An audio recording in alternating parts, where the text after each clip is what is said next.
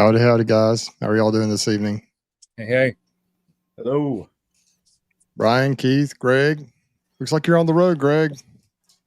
What you Plugging up away, to? Bruce. Well, Plugging. what is it? 8 o'clock. We're let's see, what is that? 12, 16. I'm 16 hours in of today's workload with another 4 hours to go, and it seems like it's the time of year where dark 30 isn't until like 10 o'clock at night. So um, it's hard to get in and sat down before stream team time. So you'll have to forgive me tonight. I'm cruising on the road, delivering equipment, hauling syrup, and I'm currently cruising through Erlanger, Kentucky, getting ready to go through Cincinnati and then make my way back up towards home. But I'm glad to join you guys tonight. But please pardon the noise and the visuals here.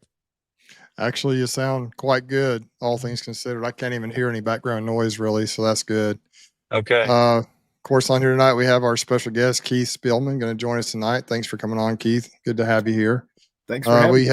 We had you on, I guess, on my channel one night when it was just kind of, Brian and Greg couldn't make it, and we had a really nice discussion a few weeks back. And so it's good to have you here. I understand you got your Wi-Fi updated or your computer updated, so yes, that's going to I be have good. a new laptop now, so we're not laggy anymore. Hopefully, I remember I've been watching your lives, and man, you've been doing a good job on some of the different lives you've been on. I think you get on some different nights, and so I would bring you on and kind of get an update on what's going on up there in your neck of the woods. And Brian, welcome everybody. Glad to have you here. So why don't we just kind of start going around the horn here? We'll start up in Northeast Ohio with Brian. What's going on up there, Brian, at your place? Treatments. Okay, Brian, that's good. Thanks for telling us. Okay, no. We'll move on to Kate. Just kidding. No, I got the honey off. I got a good bit of it bottled up also. I was sitting here thinking I usually bottle, like, I do a bucket a market. And then I was sitting here thinking, I'm like, I look over and I got their warming cabinet. So I did another bucket today. That way I've got, 100 and some jars that are ready for markets. And I'm just going to load up my warming cabinet. I was so used to not having access to something like that I was still in like my traditional old kind of use caution with what I bottle. That way it doesn't crystallize, things like that. But I'm just getting ready for markets. Tomorrow, actually, I do my first market. I had canceled a couple of them, though, just, kind of looking ahead and not wanting to push my colonies. I was wanting more to expand than push them towards honey production. So, the number of markets that I'm going to do this year are kind of limited, but I'll still do a few. So I'm getting ready for that. And the colonies themselves, I've started my OAV rounds. I went over, I've gotten 2 treatments in them in the last week. So I did a round, and I actually was just checking some colonies first. And I had one that was like a smaller split, and they got annihilated. So I opened it up, and they were just, they were dead. So it happens, though, but the other colonies that I've got, of the 18, there's 2 that are going through a requeening process. And the other ones are all queen right. They're all doing good. They're progressing forward. So things are looking good. I mean, overall, from where I was beginning of the year, I've got 2 spots that are open where if there were any splits or anything like that I needed to do, I could plop equipment on 2 spots. So, but it's looking good. I mean, after I'm done with my treatments, I'll probably end up doing 3 more OAV treatments. That way I get a total of 5 on them. And that'll cover, I'm going every 4 to 5 days. And I figure if I do 5 treatments, I'm covering, gosh, a good bit of time. And then I'll do mite washes on them, see where things are sitting there. If I need to do another round or two, or go to something else just to, drop down if I've got any high levels, I'll just assess that then. But I want them cleaned up moving into the fall now. That way I don't have any issues going into the fall, and they can get their, proper nutrition, everything all set ready for when they're raising up their winter bees. And then next year I end up having more success than what I have. So, but yeah, things are progressing along good up here. So, and I actually, Greg, I'm sure, is probably seeing the same thing. I've got, and I talk about this every year. There's a small, out by our one wood pile, there's a small little grouping of goldenrod. And I always look at that little cluster, and my wife, she's always like, get that out of there. I'm like, we're not touching that goldenrod. And there's like 7 or 8 of them. And I always look at that, and I kind of just go out and I'll, just look at the plant and things like that. And it looks really healthy. It's a considerable size for this time of year, but it just looks really healthy. There's no dry spots on it. It just, so far what I've seen on that looks really nice. So I may be thinking that I might be able to sneak a little bit of a fall honey crop up here. So great. Yeah. I think I'm done with honey, man. I don't want to take any. I don't want to pull any more honey. But we have overload. I'm in the presence here of honey greatness. So, not all of us have, 13,000 pounds of, you live up north, man. Of course, there's some years you guys have it really good up there. The flowers up there are great. It's just it rained so much this year. But yeah, Greg, you're on the road. Fill us in on what's going on. You already mentioned a few things, but now that more folks have joined, just kind of tell us what's going on in your neck of the woods. Yeah, other than just we're in the grind and grow part right now, where it's just this is the part of the business growth that a lot of folks jump ship on. It's the hard part. It's the it's the not fun part. It's the we're going to dig in and do it at all cost part. Where we're at with the bees, though, East Central Ohio, it's we've got a lot of rain, and that's good. We talked about this last year. We're in the complete opposite condition as we were last year, where our spring flow was horrific. There was no early summer flow, was very hit and miss. And depending on how far along, how mature the colonies were, if they weren't a certain speed and a certain size, all the incoming forage was just to maintain the brood nest. So you've got some that we're putting supers on, and I might have 3 supers on some colonies, and I've got some that they couldn't get past the next brood cycle because of their size when the cold and wet hit, and it stunted everything. And they look good, but they're not as much of an asset. What we're seeing right now is the ironweed stalks and leaves are up tremendously. The goldenrod plants are up tremendously. We've got some asters actually in bloom right now. I think it looks like we're setting up for what could be a pretty tremendous fall flow. And while that does sound good, monetarily speaking, I'm just not a big fan of fooling with the goldenrod honey. It's just it's a little bit more of a hassle. So now we're in a final split mode and get the honey off, and then get feed on colonies that need it. So we're in this very uncomfortable part that a lot of beekeepers don't like to talk about. And then we have the idealistic beekeeping community who loves to give their unsolicited advice as a hobbyist to folks who are trying to keep bees for a living. And they'll say, well, you shouldn't be taking any honey off at all. If you didn't pull the honey off, you wouldn't have to feed. These folks don't understand that every colony is a unit, and it's an asset, and it's producing. And what they have produced so far is worth a certain dollar value, that if we don't pull that off there, the bees are going to burn right through it in the next 2 or 3 weeks. And they're still going to probably need fed. If we go ahead and pull that asset off and turn that into cash revenue, then we at least have that for the business.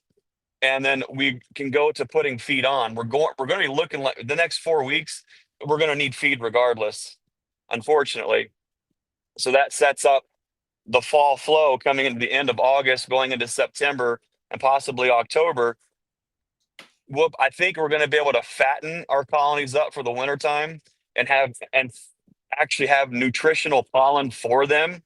But there is a lot of moving pieces going on right now, some very complicated pieces that if you're not paying attention, you might find yourself getting caught by the short hairs on colony size, colony health. And that's a hard thing for a lot of folks to get a grip on, and it's going to be different for everybody. So that's kind of where we're at right now. We're in a dearth, and robbing is starting, and you'll know that when you look at all of your any of your bee feeding equipment, anything, if you've got totes of feed, fittings, all those kind of stuff, all of a sudden there's clouds of bees just like that all day long. As soon as the sun's up and goes down, they're all over it. So there's no longer, the clover has at this point very much slowed down to the point where everybody's out, everybody's hungry.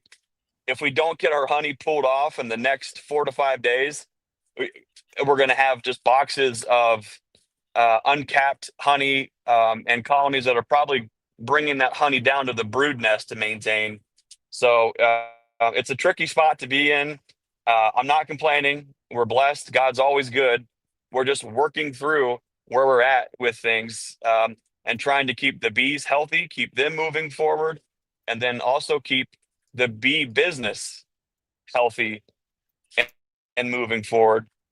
And I think that's the name of the game. My big, I don't want to say mantra, but my overarching motivational phrase this year is forward momentum at all times. Forward momentum, whether it's a nuke, a double deep, everything has at all times has got to be have that forward momentum. And if it doesn't, then we make quick cuts and kind of move on. So that's where I'm at right now, Bruce. And I'm, as you can tell, have got way too much time thinking while I'm driving, and all these things just kind of get you wound up. So yeah, my brain is thinking like that all the time, even when it should be thinking about other things. Probably it's just always trying to spin and roll, and ideas pop in. Well, Keith, first of all, I think most folks on here probably know who you are, but just in case they don't, give us a brief little overview of kind of who you are, where you're at, kind of your beekeeping story, and then tell us how things are going up in your neck of the woods. Yeah, well, thanks for having me on tonight, guys. I really enjoy doing this. Yeah, I'm Keith Spillman. My YouTube channel is Half Tracks and Honeybees. The half tracks part of it is I like to restore old military vehicles and play with them in parades and events around the area. You can check out my channel and kind of see what goes on there. But been into beekeeping, Lord, I change the number probably every time I say it because I can't really remember. 10, 15 years. Probably the first 6 or 8 of that, I didn't really have a clue what I was doing.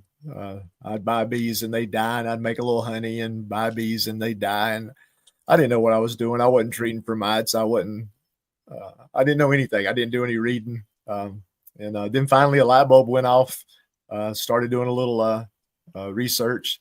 YouTube came along, with some of the early YouTubers, learning a little bit from them. And I was able to get that first couple of hives through the winter.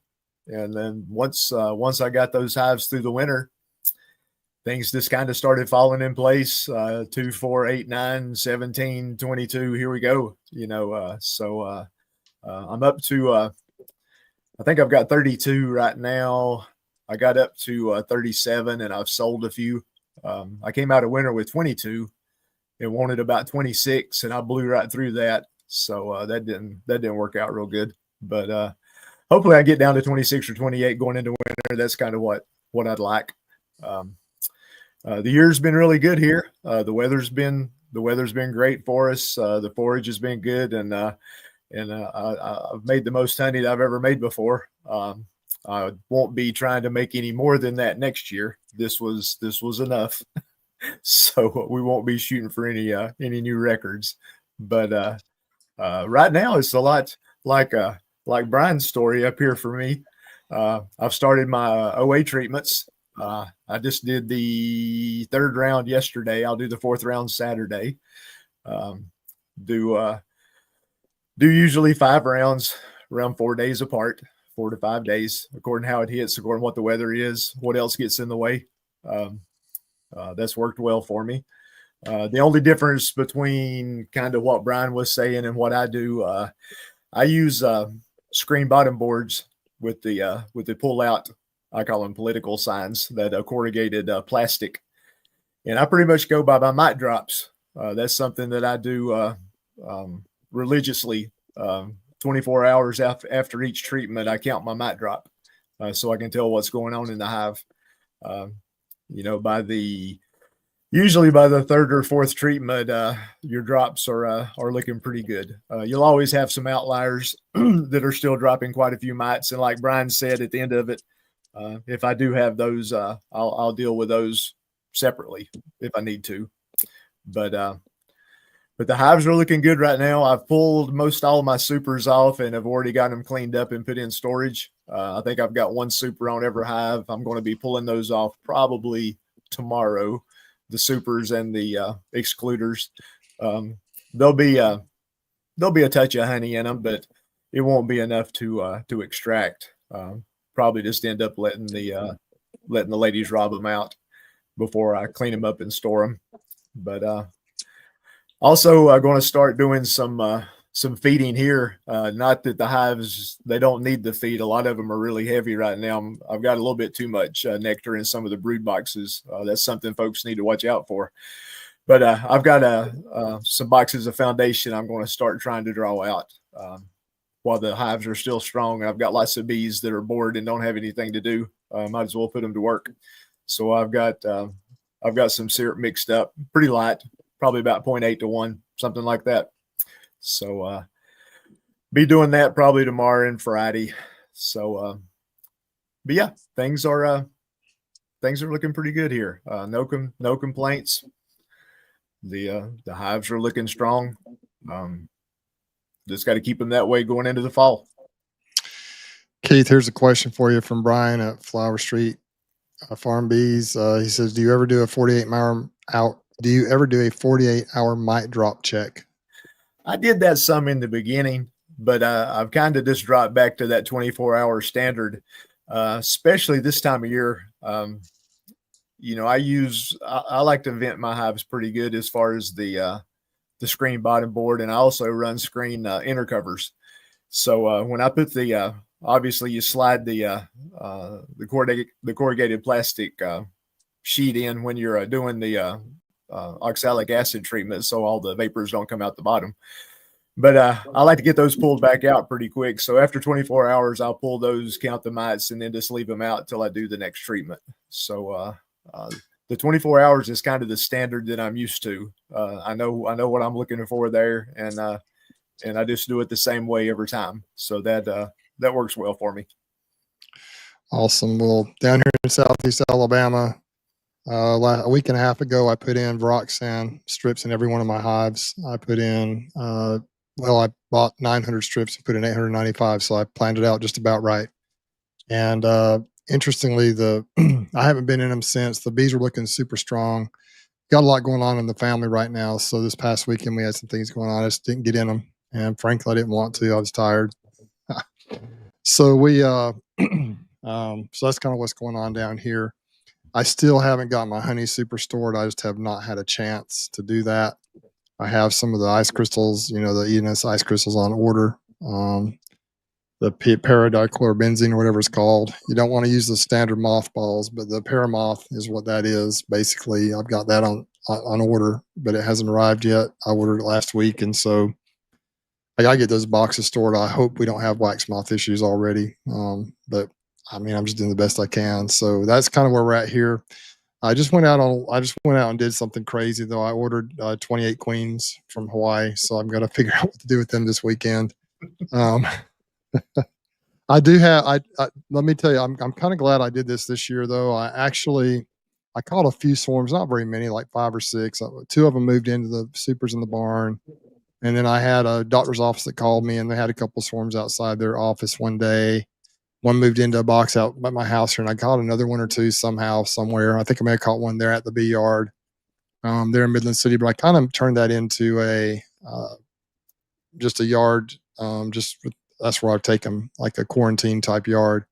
And I'm glad I did that because it's just interesting looking at the genetics and swarms. They're just all so different.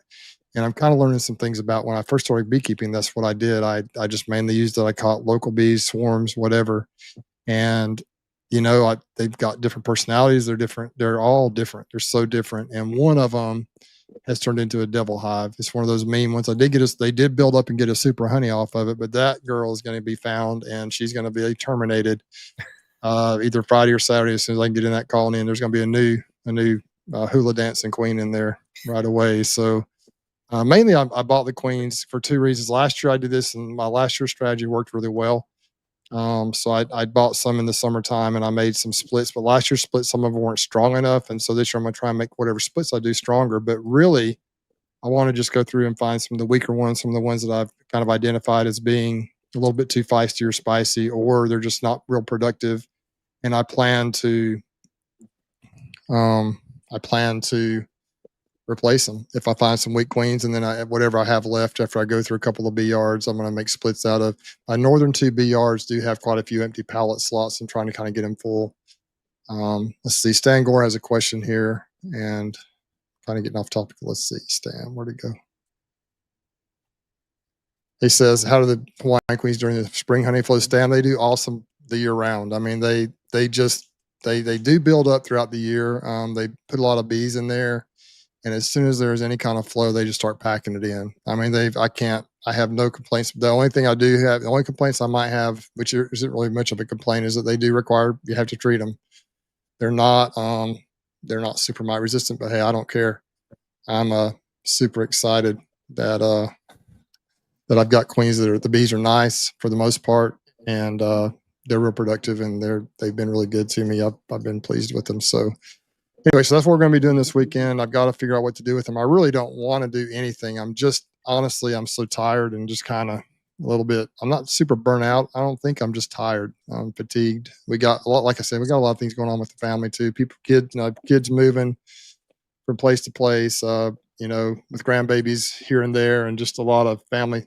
It's not bad stuff. It's just busy stuff. And so the bees I'm having to kind of figure out how to stick them in the cracks, and this is kind of hard. It seems like you would have we got thunder. I don't know if you can hear that or not out here. Got a thunderstorm rolling in, I think, but it seems like you would have a time when you could just decide, hey, I'm going to just step away from the bees for a while, but it's really hard to do that, doing what I'm doing, trying to work full time and watch the bees. I gotta stay on top of them. Kind of like Greg says, you just got to kind of keep that momentum moving forward and just keep the grind rolling. And with my full-time job, I have to just try and cram everything into a short period of time.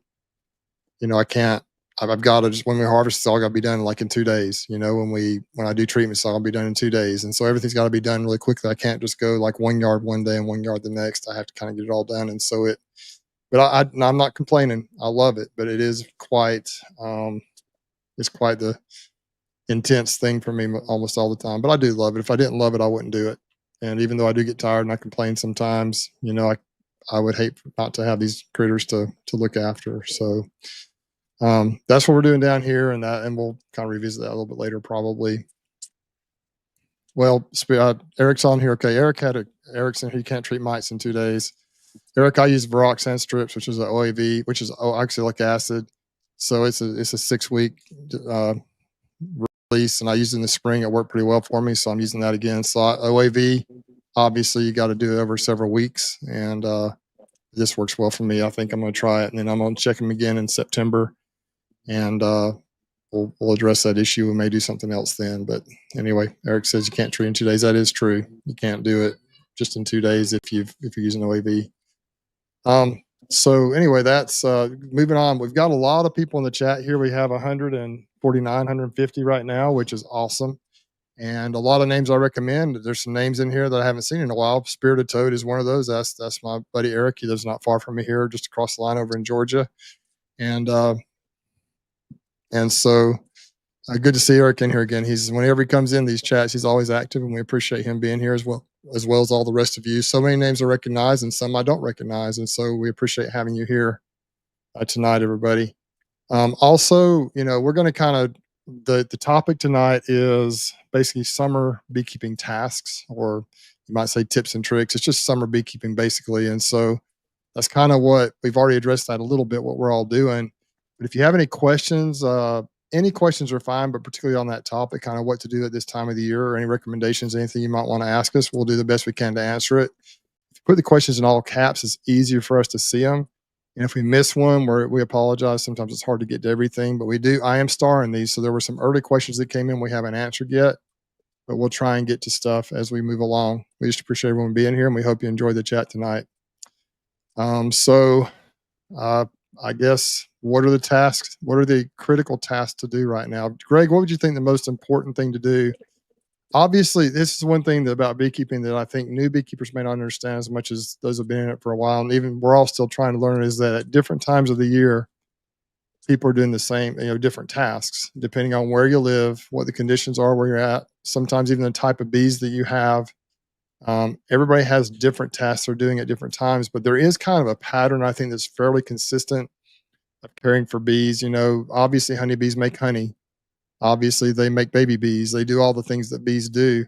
They swarm, they make new queens, they supersede their queens. All these things happen. But there's kind of like a stair-stepper type approach, or it's kind of on the calendar, at least here in Alabama and even south in Florida, like first of the year, man, we're into bee season, or it's starting almost. And then as you go north, that's a week or two behind. Everybody's kind of stair steps. And so we start off early. So obviously if we're starting off early with our season, usually our honey season is over earlier than you guys up there. Keith, yours might be about the same or a little later than me. And then obviously Brian and Greg, yours is later than ours, and so forth on up north. And then it kind of reverses back down in the wintertime. But as far as summer tasks happen, what are some of the principles you guys have as far as of what you need to do in the summertime? Oops, I'm trying to star that, Sam. I'm going to get to your question, Sam, but we're going to get to it a little bit later on. Greg, what would you say? You've already talked a little bit about what you're doing right now as far as the things you're doing, but what are some critical things that you think are necessary to do in the summertime? Yeah, it's a good question. And when I think about some of these questions and how I'm going to answer it, I've got this, two-sided mind with it. Not that they are contradicting each other, but as most folks on here, they may know. If you don't know, we have a membership part of our YouTube channel. It's like $5 a month, and we launch all of the learning yard videos on there.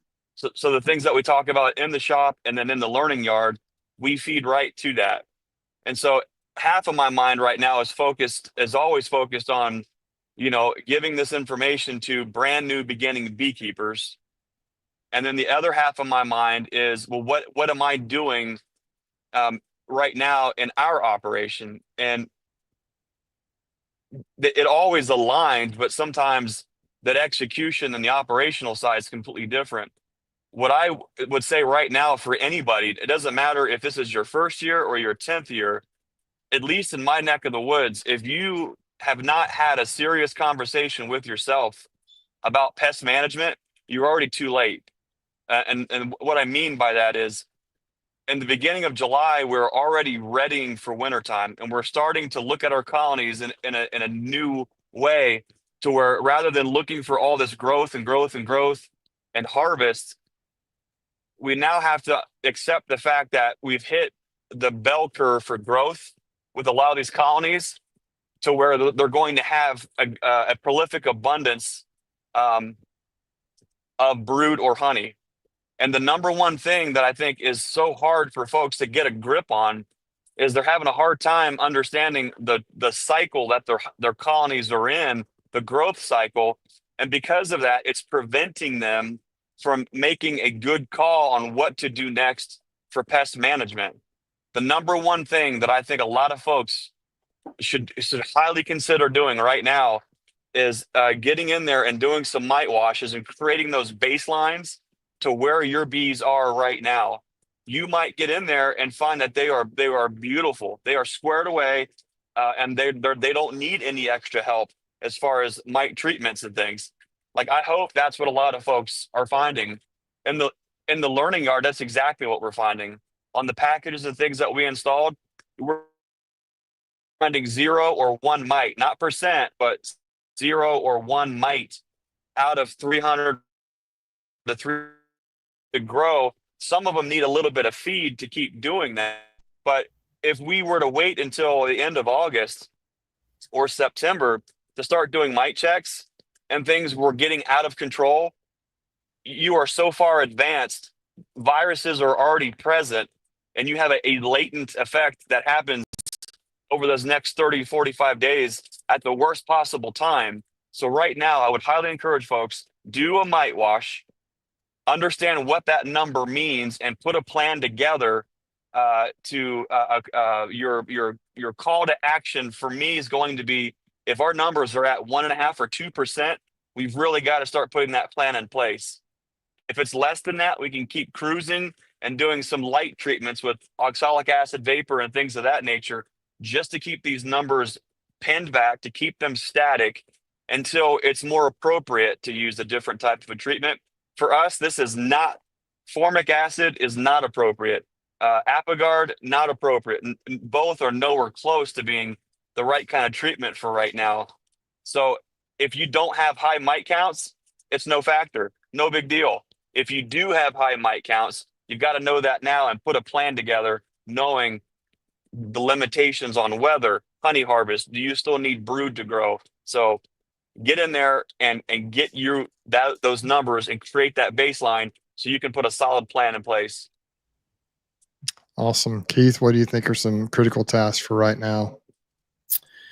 Yeah, I mean, I hate to keep saying, what he said, but yeah, Eric Spiritoad said, say it again for the back row or whatever. Yeah, it's like say it again for the people in the back. Yeah, I mean, right.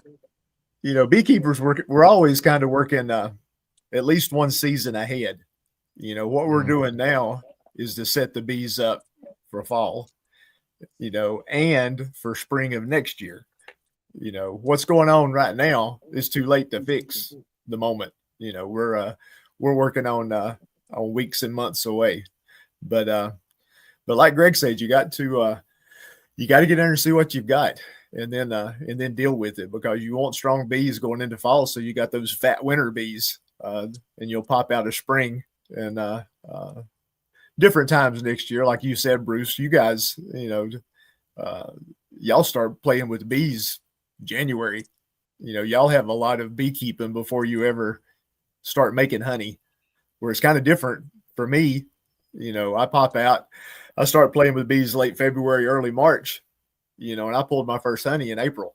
So my beekeeping is kind of short before something's actually happening to put money in your pocket.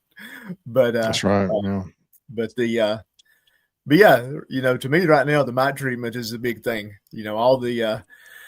I've got 5 folks that I mentor with their bees, and I'm doing the same thing with all of them. We're doing mite treatments on all of their hives. So that's pretty fun to keep up with, doing 5 rounds for 6 different people and trying to keep a schedule in your head. If it wasn't for my little Android phone and the calendar, I wouldn't know really what to do day to day. But I've got all the folks that I work with on the same type schedule, treating mites. We've already done some inspections to make sure the queens were good, had good brood. The only issues that we found, like I said earlier, a lot of us had a lot of nectar in the brood box, and we had to deal with that. I had to deal with that on some of my hives. I had to pull some honey out of the brood boxes to give the queens room to lay.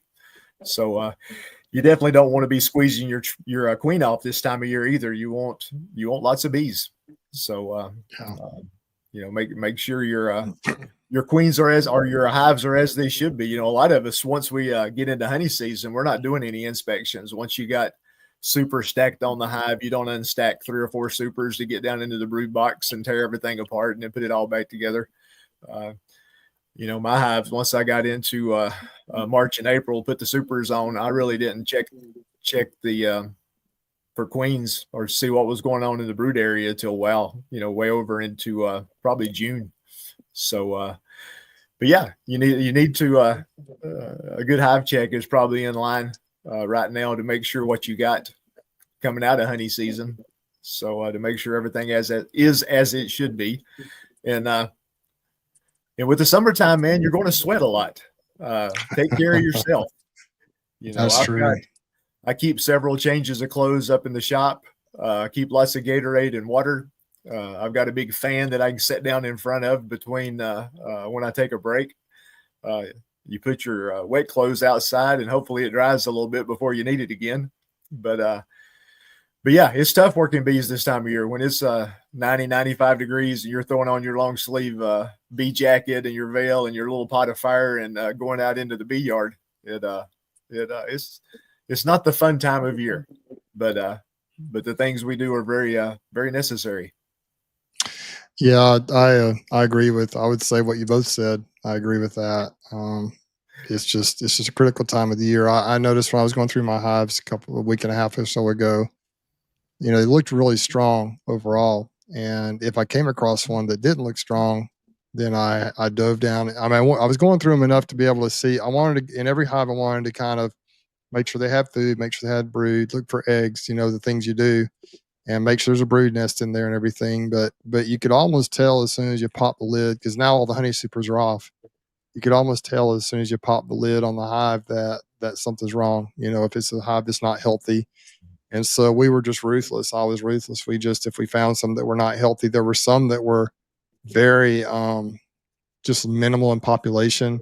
So I just dived down in, looked for the queen. If I had a couple that were drone layers.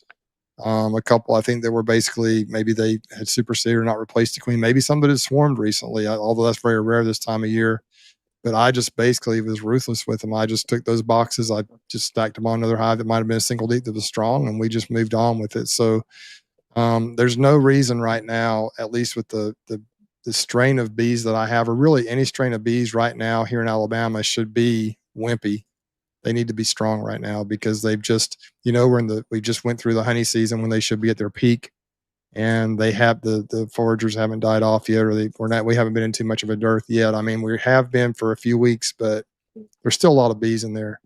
And so it's hard to do that when you have just a couple of hives. It's hard to be as ruthless, and you can baby them along a little bit more in that point in time. But I've gotten to where I've just learned that, man, if you just, especially down here where you have hive beetle pressure and you have all the issues, I found that it's important just to go ahead and be a little bit ruthless with them. And hopefully I'll be able to identify. I didn't really put markings on them or anything, but hopefully I can identify pretty easily some of the ones I need to requeen. If they had a promising, or even maybe a spotty brood pattern, if they had a promising population, I would go ahead and let them survive. And so maybe some of those I'll be able to identify to replace some of these queens. But just hope I can get it all done. And Keith, to your point, as far as the heat, I'm going to try to get out. I'm off Friday and Saturday. I'm going to try to get out early in the morning and try and get after it, even though their bees will mostly be home then. Most of them are anyway this time of year because there's not a lot for them to forage for. But it just has been maybe it's because I'm getting older, but it has seemed so oppressively hot. The temperatures haven't been that bad. They've been like 91, 92 degrees, heat index of the upper 90s, which sounds hot, but it's just, I used to be able to plow through that pretty easily. I used to think it was pretty good unless it was like 98 degrees real temperature outside. But now, boy, you get in the low 90s and it's 2:00 in the afternoon and it's humid, and I just have to I have to go sit in my truck a little bit or make sure I'm drinking plenty of fluids. And I do okay with it. But man, I was glad to have the help a couple weekends ago that I have my son-in-law, and then Thomas helped out. He's my Hives for Heroes mentee. He helped out as well. Brian, what about you? Critical things for the summertime? Oh man, like up here, I was listening to Keith talk about his season, and he pulled his first honey in April, and I'm thinking, man, and it's not till the end of April, early May sometimes before we even do splits and stuff up here. So our season, Keith, if you think your season's short, come on up here, buddy. Because we like, I mean, like we're about the end of April where we start really messing with the bees. And then like I've got to cut off any more. Like if I have any colonies that are getting close to September and there's issues with queens, anything like that, they're just done. Like we have, it's just that window is it. Like right now, since I've pulled my honey off, I've got to make sure that the mites are under control. You know, I've learned that for colonies to survive through the winter up here, you have to start like in July.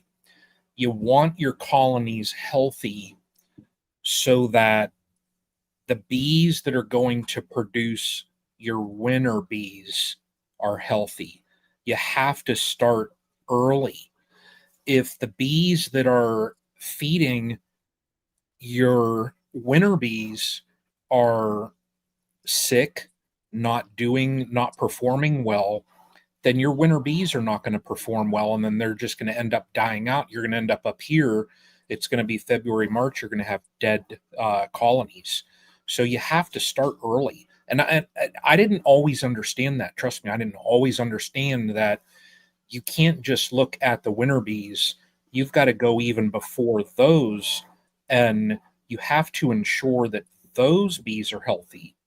You want those nurse bees that are caring for those young to be extra healthy. So like right now, you know, I'm getting my mite treatments done. I'm only, Keith, I think I'm only a couple days behind you in my like 5-day OAV. I'll do my third round will be Friday. And then as soon as I'm done, I'll do washes, see where I'm at. That'll tell me, you know, when I do my washes, that'll tell me, okay, where my levels are. I'll know if any colonies are having issues.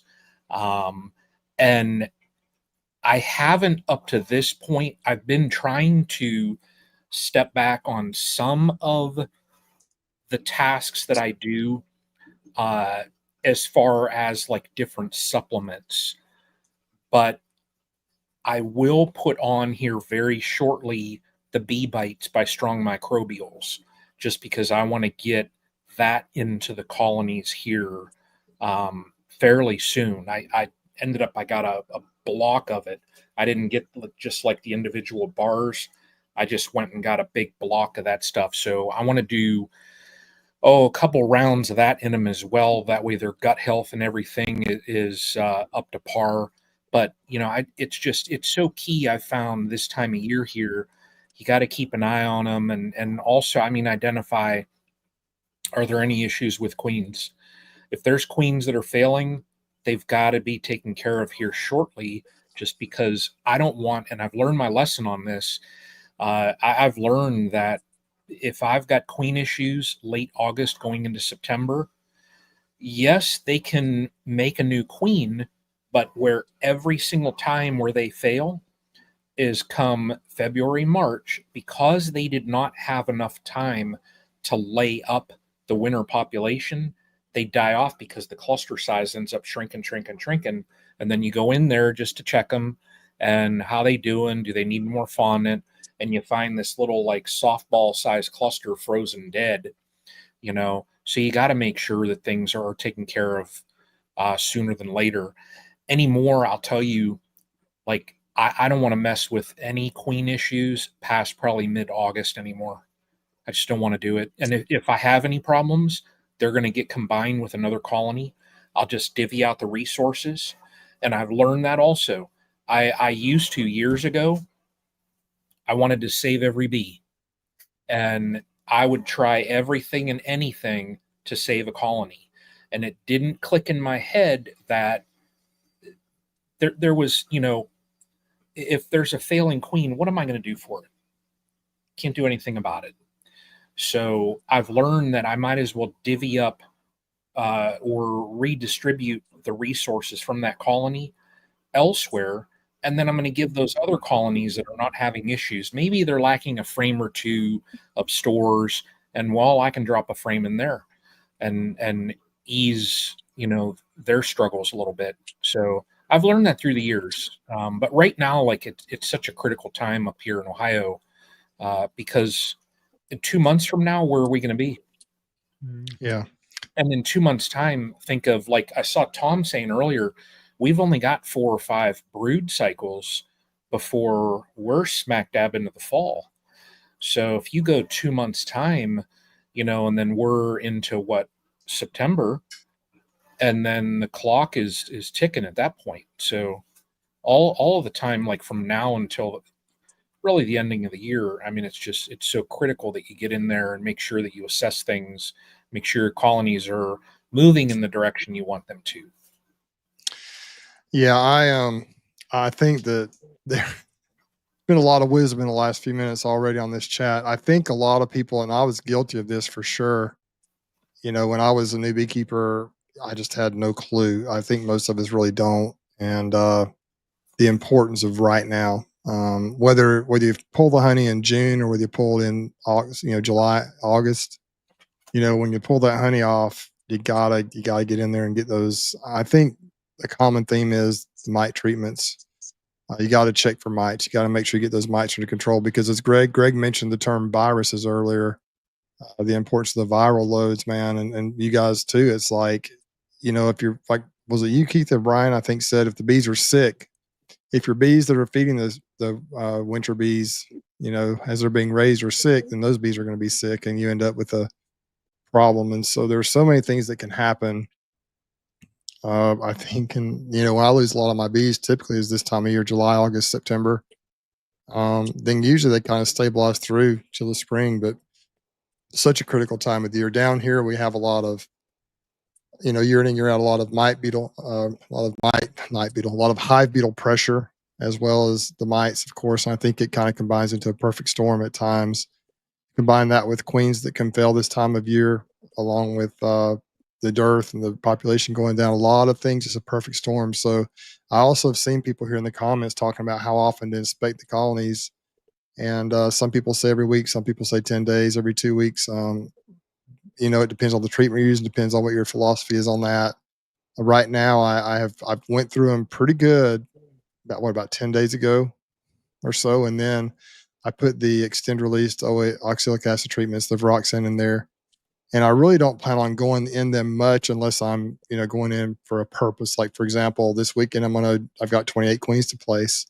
So I'm going in and checking some of them, popping lids, replacing some of the queens that are failing, or the bees, if their attitude isn't good. I'm just so sick of mean bees. And the other thing is I'll be doing a few splits, maybe some summer splits with whatever I need to. Feel like I want to do some splits. But for the most part, I'm not going to be going deep into the brood box much. 10 days ago, I went in and I checked for honey stores. I checked just to make sure there was brood. I checked the health of the colonies. It was a brief inspection. Some of them was just a couple of frames, but it was enough to tell. When you open a lid and you can't see the top of the frames, that's a pretty healthy colony more than likely. And then you take the top box off and it's all glued together, so the bees aren't happy because you're ripping them apart. But there's bees everywhere. And then you pull a frame out of the bottom box. It's got eggs, brood, pollen, everything in there. You really don't have to go through every frame. And so here's the other question is, how am I ever going to find queens this weekend? I don't know, but I'm going to try. So some great riveting stuff already. I think if we were to end it right now, we already have a lot of great knowledge that's been shared, but I would like to go ahead maybe and answer a few questions or comments that have been on here. Once again, if you have any questions or comments, just put it in all caps, guys, and we'll look at it. If we miss a question, just put it in again, or we may miss it. We'll do the best we can to answer them. Did you guys have any other comments you'd like to make before we dive into a few questions here? Greg, you got anything else you want to mention before we dive into any comments, any follow-up stuff? No, I'm so distracted by just the complete ridiculous travel day today. But no, a lot of folks are getting hung up right now on. I'll just say, one of the things I was so guilty with. I'll turn this around. You enjoy the Oh nonstop. gosh. It's good times. What a lot of folks get hung up on is they try to squeeze more out of their colonies than what the colonies are ever going to produce, and they kick the can down the road on taking any kind of action, and they just leave the boxes on. And well, I don't want to get in there to disturb them, or there's too many boxes to pull apart to get a mite test, or all these different things. And if you keep doing that, it just gets worse. It's not going to get any better. Have you guys ever heard I love this quote. Um, it's a question, when is the best time to plant a tree? It was, 10 years ago. When's the second best? Like right Right now. now. Hmm. And it's the same thing with your colonies. When was the best time to get in there? It was probably 10 days ago. When's the second best? Right now. It's only going to get worse. And if you keep putting it off, what you're going to find is if they were fooling around and putting some honey here and they were doing this and doing that, they could either be honey bound and that brood nest constricting, and over 1 or 2 brood cycles, you're going to start losing population quick. There's all this extra room they can't protect. Hive beetles can start getting in there. It can start becoming a really big problem. If mites are out of control, you won't know about it until it's too late. And so you got to get in there and just do it. Get in there and figure out what is going on now. Rip the Band-Aid off if you're kicking it down the road because you're indecisive. You don't know what call to make. Get in there and don't be afraid to take some photos, send them to your mentor, ask some questions. But the big thing is folks are waiting for a magic honey flow to come. It's this typical 1 and 2 year Dunning-Kruger beekeeper learning curve where they're waiting for this magical flow they've heard about to show up, and they don't want to get in there and interrupt that. And they wait and they wait and they wait. August gets here, and there's no hope for it, but yet they've done nothing other than waste time. So get in there, see what's going on, get that assessment, and then move forward from there. Because one of the worst things in the world, it will happen to these. If there's any beginners listening, you've heard us talk about this before, but I can remember 1 year specifically when everything was going wrong. And I finally accepted the fact that here I am in the very end of August, going into September, just now putting a plan together. Things were going sideways. Mating nukes were getting robbed out. Hive beetles were taking over. Queen acceptance just tanked. I sat down in the bee yard at the house when we used to have bees at the house, and I sat there, and I feel like the Lord pressed on my heart and said, there's nothing you're going to do now to make up for what you didn't do then. And from that moment on, I'm trying to be more proactive. And even if I don't know what the move is, at least get in there and make that assessment so you can move forward. So get in there, crack the lids open, split the boxes, get down there, figure out what in the world that you're looking at. And you might walk away with just a smile on your face and be so happy everything looks awesome. And you might just be turned upside down because it's not going well. But just know, now you know, and now you can move forward. I like that. Those are my thoughts. Once again, great advice. Keith, any other follow-up on the previous thoughts before we move on to some questions? Nah, just dittos to what Greg said. There's when it's over, it's over. Brian mentioned the goldenrod looking good. The goldenrod always looks good down here. It looks great right now. And I've chased it for 2 years and I haven't got anything. And I wasn't planning on chasing this year, but now Brian's got me pumped up. It's like, man, I need to get my supers back on about the middle of August, and we'll get some of that goldenrod. But not really planning on that at the moment. I'm sure the bees get some pollen and maybe get a little winter honey, but they don't get a whole lot. But yeah, no time's better than right now. You got to roll. That's right. Have to. Yeah. Critical right now is possibly as much as weird as it sounds right now. And it may vary a week or 2 or 3 from different parts of the country, but right now, mid to late summer is when you make your hay make your honey for next year. Mm-hmm. Right now is when you actually, it's the most important time of the year, I believe. the beekeeping 2026 season is actually, you know how sometimes they'll have like the calendar, like the fiscal calendar will start different months of the year. Like it'll be like fiscal calendar 2026 may start in October or whatever of this year. It's kind of that way with beekeeping. Like the beekeeping season for 2026 starts, you know, really right now, you know, July, August, September. That's when your 2026 season has started.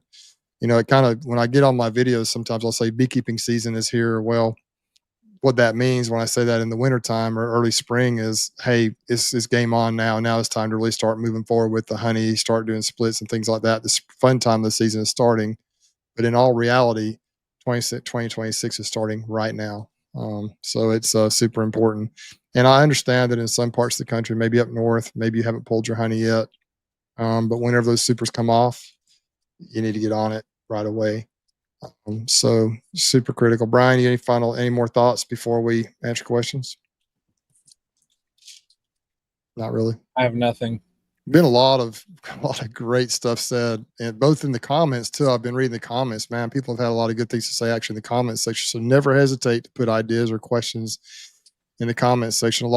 We have such a great community that so many people are able to answer within the comments section. Sometimes we don't even really have to address them, which is just phenomenal. One principle that I wanted to discuss real briefly before we jump into the questions is, you know, I used to just one of the things I always worried about when I was a new beekeeper was crowding the bees. Are they going to swarm? And that is very true in the springtime. You need to make sure you add space appropriately in the springtime to hopefully help prevent swarming. However, a principle I've just the last probably 2 or 3 years I've really begun to grasp more is that, dang, it's okay to crowd them in the summertime. You know, when I pull the honey supers off, it's kind of crazy because I'll have these beehives that are stacked up. The hives will have, you know, a double deep and then 4 or 5 supers on there sometimes. And I pull all the supers off, and the bees are already bearding before you ever pull the supers off. So when you pull those supers off, man, the bees are just wrapped up around that box. You can't even see the box hardly sometimes.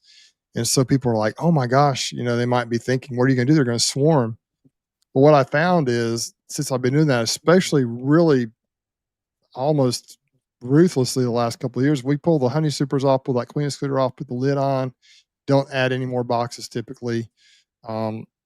And so what I found is, though, the bees just seem to be stronger because they're able to defend that area better. There's more bees in there to defend against the pests, the diseases, the beetles. If I do see beetle pressure, typically they really have them corralled. You know, they have them either on the outside of the boxes or in the corners, and they're just not really able to do any damage. If you leave too much space down here in Alabama in the summertime with the heat and humidity, man, those beetles will just wreak havoc if you leave too much honey on the hives. So I was kind of surprised when I pulled the honey off, though. You know, I left them. We pulled the honey off. I think I waited 2 weeks before I went in and started putting mite treatments in. And I was kind of surprised that they had, you know, I was afraid I was going to find more bees that were honey bound. Typically, I do have some of that I see. And this year, I found that in the healthy colonies, they all had pretty much all of them had a nice brood nest. Most of them had nice food storage up in the top box, whether it was a medium or a deep. And they had a little bit of brood in the top box most of the time, and a nice little few frames of brood in the bottom box. They just looked like the perfect colonies. I was just pretty kind of amazed at how the bees had done that. And so I guess that, you know, I think maybe this year I might have done a pretty good job of getting the space about right on the colonies. You know, it's kind of if you get behind and you don't put the boxes on soon enough, they will become honey bound. If you put too much space in there, then they won't become honey bound, but maybe they won't fill those supers up like they should. So that's just something you learn with experience. But that's one thing I used to be really nervous about. Hey, if I take all these boxes off, they're going to have not enough space. They're going to swarm. But that is rare in the summertime for that to happen, I think. And another thing to think about is that as that population is high, it does help fend off the beetles and stuff. But then as the summer dearth comes here in this area, the population will start to decrease. The queen will stop laying as proficiently as she was earlier in the season. And so the population goes down. And if that happens and you have too many boxes on there, then you'll be in there say you'll be in there maybe the 1st of July and there'll be nothing but bees everywhere. And then you go in there a month later and there's like 4 frames of bees in the bottom box, and you wonder what happened, just because that dearth has occurred and maybe the pest pressure has gotten too heavy, and it becomes a problem. Another thing to consider, I think Greg may have addressed this a little bit, or we talked about, is as the population goes down, your bees are always raising mites. The mites are in the colony. And as the population of the bees goes up during the honey season, and, the mites are growing with the bees, so you might take a mite wash during peak population time, and you might have a good number. Like you might have a 1 or 2%. You think, oh my gosh, my bees are doing awesome. You come back, a month or 2 later, if you don't do some sort of treatment, and you might have, you might be washing 30s. What happened? Well, you have the mites are still in the colony, I believe, but the population of bees is down. So obviously you have more mites per bee, and that can spread. That can create almost like what you call a logarithmic effect, where it just can become brutal for the bees. So there's a few things I wanted to kind of touch base there. Let's go ahead and first of all, I want to thank everyone for being in here once again. We have a great crowd in here tonight, and we just appreciate you being here. But I thought we would go in and answer some questions. There's some comments and questions I have starred here, and we'll try and get to all these. We have, I think, maybe 15 to 20 up here. We're going to answer kind of a rapid fire type situation here. Of course, take as long as we need to, guys, if you answer these. But let's start off here and see what we got. Scroll down. And I hope these folks are still in here. Some of these came pretty early in the chat, but let's see here. Here's a question from Nancy Lawson. Nancy says, can supers be left on a hive with Apagard if the honey will be for the bees? Can mite treatment be used when requeening? Mite counts in the yard are from 3 to 40 plus. Haven't checked on queenless. So she's got some mite problems. It sounds like she's trying to figure out a mite treatment strategy. Sounds like she has honey supers on, but not planning to harvest that honey. So what do you guys think about, number one, Apagard, if honey's on there, if you're not going to harvest? And number two, can mite treatment be used when requeening? Greg, what do you think, man, as far as Apagard with honey supers on if you're not going to harvest the honey? What I would do is if you're for sure not going to harvest the honey, thymol does dissipate. But if there's a chance, or it's close to being a full super, and you've got more than one colony, if you've got a stronger colony, and they're squared away with mites at the moment, you might also consider just moving that super over to a stronger colony that doesn't have a mite problem, and let them possibly finish it out or utilize it as a resource. If you're already preparing for winter and it's like a story and a half, and you want to see it stay on there, then I would go ahead and move forward with Apagard. But just be careful with Apagard. I don't know where you are at, Miss Nancy, but Apagard, in my experience, 100% will shut the queen down, just like Formic will. So if the mites are out of control, that's a good thing. Where this gets tricky is if mites are out of control, but yet you still need the colony to be producing numbers, it gets a little bit tricky quick. And then if your temperatures are getting up and out of control, Apagard's, I like Apagard, but the threshold and ceiling for temperatures on that, I don't think they could be a little more accurate. When it says it has a 105-degree Fahrenheit threshold, I can tell you when you get above 85, 86 degrees with Apagard, in my experience, especially with humidity, the bees, it's less than ideal. If you've got a high mite count, you got to do something. So get the honey off to a stronger colony. If it's going to be there for the wintertime, I'd have no problem leaving it there. Just be mindful of your temperatures, and just know that it very highly likely will cause her to slow down or stop completely. Holy smokes. Sorry. Nancy did clarify. She said she's honey bound, but already pulled the honey. Okay. So I'm not sure what that means, but yeah. I mean, if she's honey bound, a brood break wouldn't hurt. Maybe give her some more room in the nest. Yeah. Any other thoughts on that, Keith or Brian? I've never used Apagard, so Yeah, I can't speak to that. She was talking there about trying to requeen while she was doing that treatment. If it shuts the queen down and you're trying to requeen, Yeah, I would say probably not.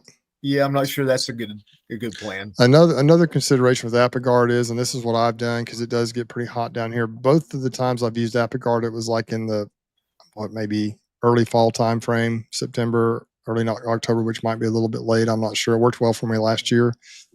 If it's too hot, you can do a kind of a half dose. Someone mentioned last week, I think in our chat, I didn't realize this, but apparently, I think this is what Mike Berry's principle is, or maybe it's just the kind of the standard is that you want with Apagard, you want to have. This is a principle. I think I heard you guys correct me if I'm wrong, but the goal is to have basically 100. A full treatment, I guess, is 100 grams, and so 100 grams over about a month period of time, I believe, something like that. And so you can break it down. Like for example, if it's too hot, like what I've done is I've used 25 grams. The full dose is 51 or 52 grams. I'm not sure how they got the 51 or 52, but that's what it is. So I usually will use about 25 grams on a full strength hive. Bees, I'll use 25 grams, and you can do that every week for 3 to 4 weeks. Or, if you can use a full dose, or you can go like what Mike Berry does, I think, is he treats with, is it 30 or 33 grams? He does it like 3 treatments 10 days apart or something. So you got to look at the packaging, go by the packaging if you read the rules, but do understand that it will shut the queen down. And if you want a brood break, that's one thing they say that helps with mite control. So it's not a bad thing, but Apagard can be a little harsh. I think oxalic acid is much more maybe forgiving on the bees if you're worried about that. And Keith, like you mentioned, if you're trying to replace a queen with that on there and it shuts down the queen, maybe that's not a good combination of something to try to do. I don't know. That might be it may mess up that virgin, it may mess up that new queen, or it may delay her laying or getting started. Or let it do it, or put the treatment on. And if it smokes, I always recommend that folks wait to do their final requeenings until after their treatment, because if the treatment smokes the queen, and it's no problem, you're already looking at requeening anyways. And so rather than put a fresh queen in and then treat and shut the new queen down, smoke the old queen, worst case scenario, and then requeen. Okay. Worst case scenario, you pinch one queen and then requeen her if it doesn't hurt her, Just something to consider. That's a good idea. Okay. Speaking of oxalic acid, here's a question from Andrea Niedermeyer. Do you prefer vapor rather than slow release strips? I guess that basically is saying, do you prefer oxalic acid vapor versus the slow release, whether it be strips or the pads? You guys have a preference? Obviously, Brian and Keith, you guys use the OAV. I've used the OAV. I still do. Greg, what are your thoughts on that? I know you probably use both as well. From a labor standpoint, extended release, hands down. From a labor standpoint, for sure. But for a fine tune, or let's get in and take care of this now, and we need a little bit tighter snapshot, then I don't think you can beat OAV. If you got less than 50 colonies, there's no. I mean, as fast as those treatments are, to spend a couple hours in the bee yard at dawn or dusk it's no factor. 45 seconds per colony with an instant VAP, using a good quality oxalic acid like the Easy Ox. I mean, you can get in there and knock them out. And even though I like the less labor of an extended release, oxalic acid vapor is still king. It still trumps everything on packages, on swarms, on splits, where you can just boom, a 1 or a 2 treatment regimen is what you need. You can't beat that. But the one thing I don't have a lot of experience with, and I'm not really sure why. Maybe because what we are doing seems to work. Maybe that's the reason why. Is dribble, and I know dribble is it's approved. It's on the packaging. It's effective for a lot of folks. But I think there are some parameters, like anything, you got to do it right, or you're going to pay the price with it. But that's why oxalic acid, I think, is so is one of the go-tos, because you've got an extended release formats. If you're going by the label and the law, you're using a packaged product, but a lot of folks are making their own with Swedish sponges. You've got oxalic acid in dribble format, and you got it in vapor. I mean, you've got 3 different carrying methods with the same active organic compound. For me, I like that. And you kind of are knowing what you're going to get into. Agreed. Keith and Brian, any comments? Obviously, you guys use the vapor. What do you think are the advantages to that? Well, I'll agree with Greg totally on the labor piece of it. You know, I went from 20 some last year to 30 some this year, and just jumping 10 OAV is a bigger pain in the rear. There's no way somebody's got 200-300 hives. I'm just not sure OAV is the way to go. But you know, as far as the extended release, I'm kind of hiding in the weeds right now, watching how you guys do with this Viroxan. And then depending on how that goes, I might jump on more of that next year. I've always liked to not treat while I've got my supers on, you know, and with the Viroxan, a lot of folks are leaving the strips in there while they are making honey. Obviously, it's approved that you can do that. So that would be a change for me. But yeah, I'm just watching the Viroxan right now to see how folks come through the whole season using that. Well, I do believe that, you know, and you guys can correct me if I'm wrong, but I do think that oxalic acid is a fairly common compound in nature. It is an organic acid. And I think that I will say this about the Viroxan strips. I didn't notice this when I did it in the spring, maybe because it wasn't as hot.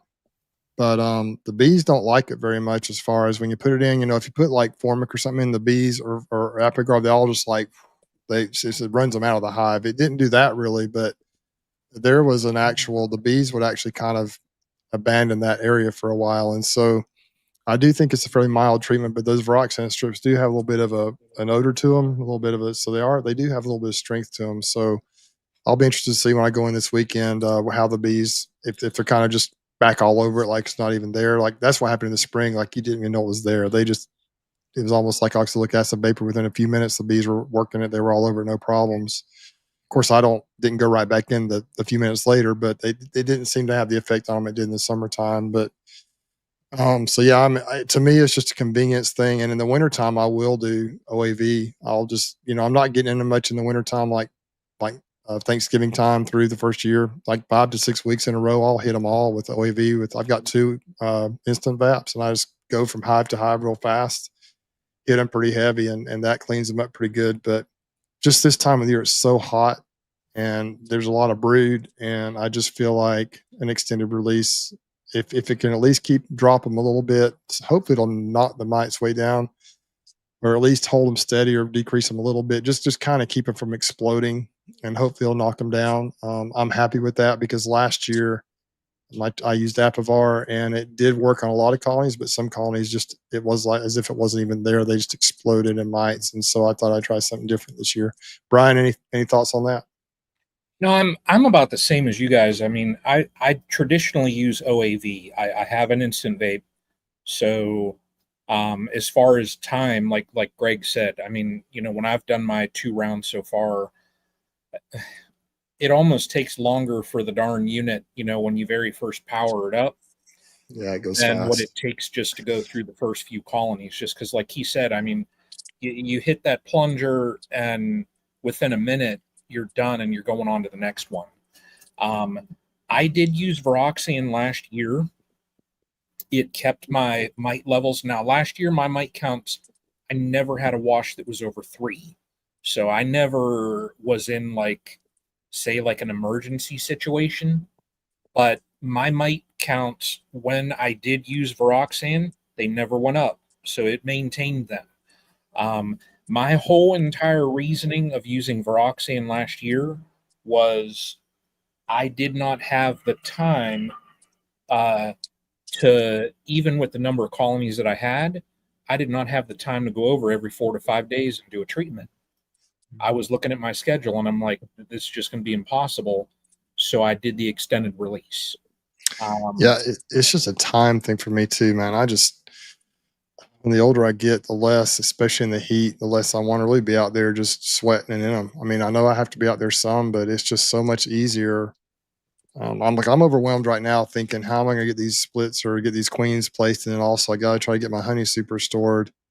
I'm just trying to figure out when I'm going to stick that into my schedule. And so I used to go out in the evening time lots of times and do things, but I don't know if it's because I'm older or I just have more, or I don't know what it is, but it's hard for me to go out in the evenings after work and try and do stuff now. So I usually, try to condense it into mostly on Fridays and Saturdays. And so it's pretty crazy, but, anyway, it's always something. And when you're as kind of silly and crazy as I am, it's a little bit nuts what I try to do.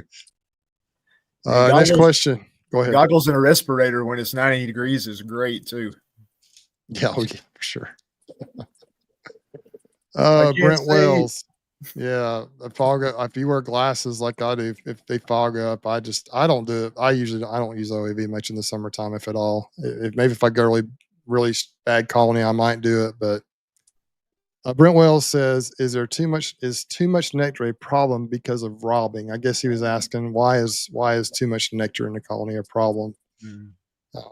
I'm going to take a stab at this, and if you guys have anything else to add, just go ahead, or if you disagree, let him know. But Brent, I believe that too much nectar in a colony is really primarily only a problem if basically I think a lot of it would be honey bound, or if it's a lot of nectar on top of a weak colony, then robbing can become an issue. But one big issue I think with too much nectar would be if the queen gets honey bound. They fill the bottom honey up with nectar and honey, and then the queen doesn't have anywhere to lay. There's no place for the brood, and that means that the hive is going to become very weak because there's no place for her to lay. But yeah, if you've got a lot of bees in a colony and there's a lot of nectar in a colony and everything's covered up and they can defend it, that's one thing. But if you have a hive that's like, say you got a 10 frame deep that's got 3 super stacked on top of it, and that hive only has like 3 or 4 frames of bees in there, then in this dearth, the bees will come and rob that thing out and probably destroy the colony. I think that's probably what he's asking. I'm not sure. What do you guys think? Yeah, I think you nailed it. I think I saw that question come up when we were talking about the plugged out brood area. Okay. So, yeah, usually nectar's not having lots of nectar is a good thing, but when the queen don't have anywhere to lay, it can be a bad thing. And robbing is pretty bad right now. I always try to tell folks, my newbies, when I'm talking to the folks up at the club, a lot of my videos, don't be a tourist. Before you open up a hive, have a plan. Get in there, do whatever it is you're going to do, and get it closed back up. You're not doing the ladies any favors leaving the hive opened and poking around, looking at all 3 boxes just to see what you got. I can't do that right now. Lord, if I pop a top off one of mine just to pull a super, to put a wet back on, man, there's already bees swarming around it before I can get it put back together. And that don't take but a minute. I'm just in there just seconds. So don't be a tourist. I like that. Don't be a tourist. Greg, any thoughts on spacing on that? I think we did discuss it earlier pretty well. Anything you'd like to follow up with on that? No, I'm going to agree with Keith and you guys on that. That's I think you guys are right on point there. Okay. We got a $20 super sticker or super chat from Brian. Thank you. It says #Stream Team 2025 #Fellowship. Thanks so much, Brian.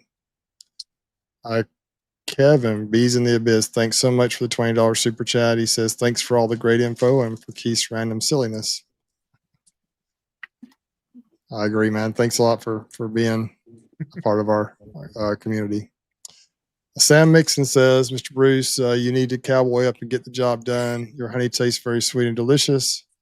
That's the first part of the question. Yeah, Sam he's on our chats often. He comments on our videos. We really appreciate you, Sam. Sam and possibly DC might be 2 of the most common commenters on stuff, and we really appreciate you guys being in here. And he did order some honey from me, and he said it tastes good. So I appreciate you. I'm glad you like it, Sam. I like it too. It's good stuff. He says, Brian, how are you going to split your hex hive of bees? That's a great question for Brian there. Well, the hex hive, I haven't even figured out how I'm going to harvest honey yet from that thing.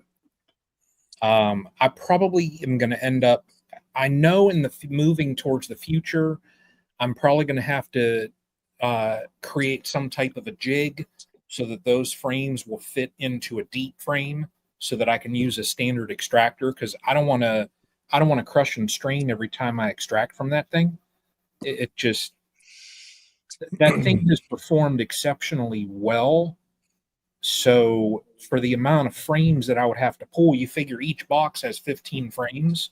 So if I have to crush and strain, even 25 frames, it just makes a mess. With Brian, splitting,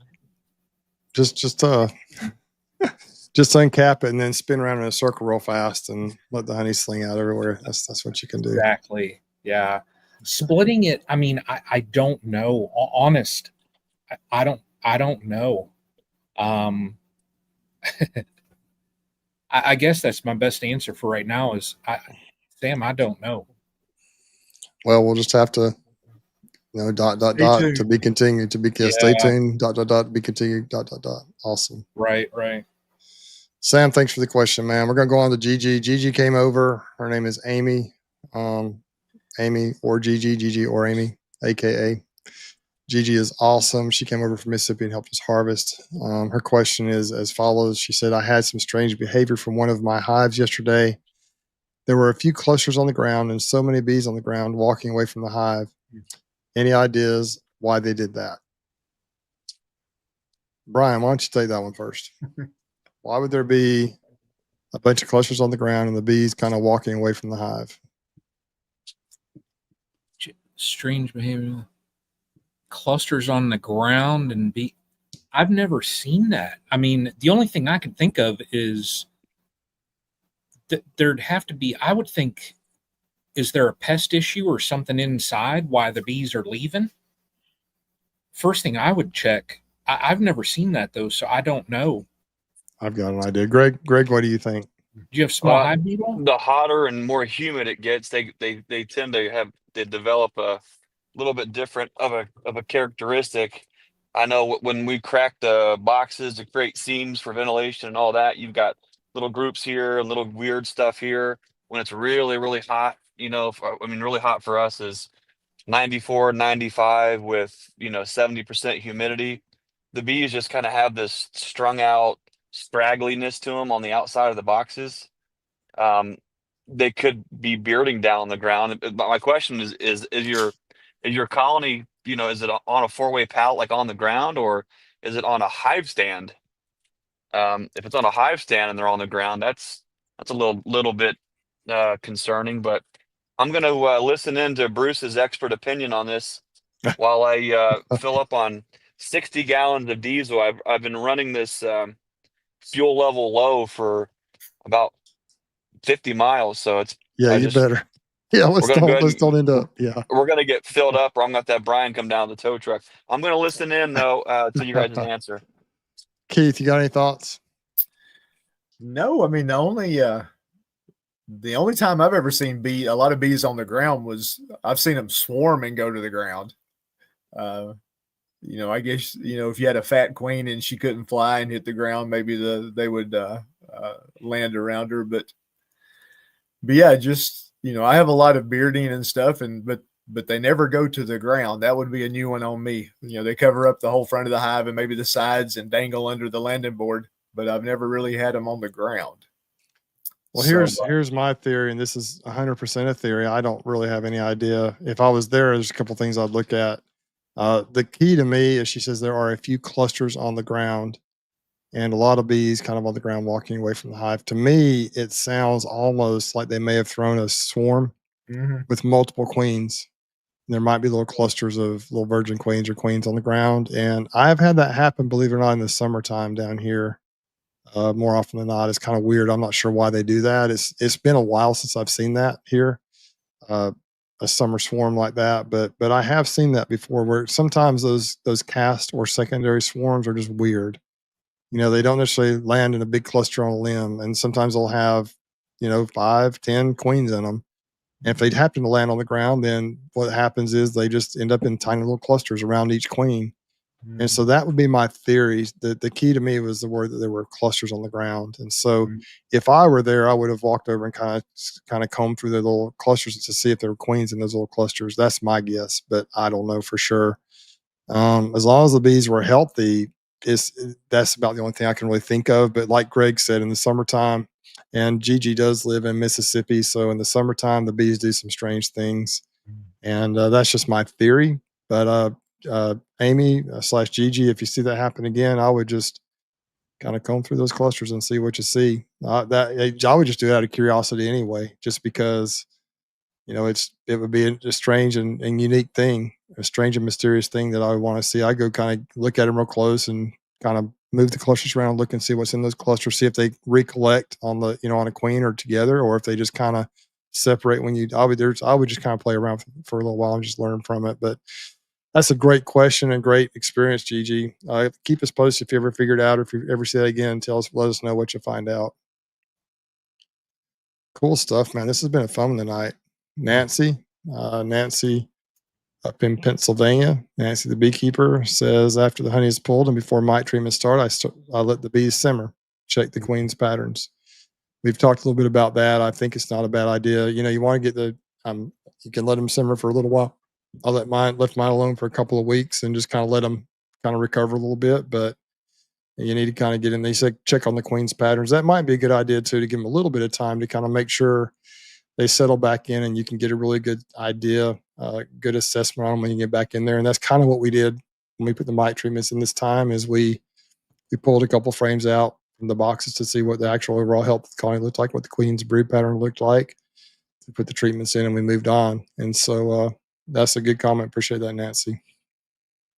Any thoughts from you guys on that?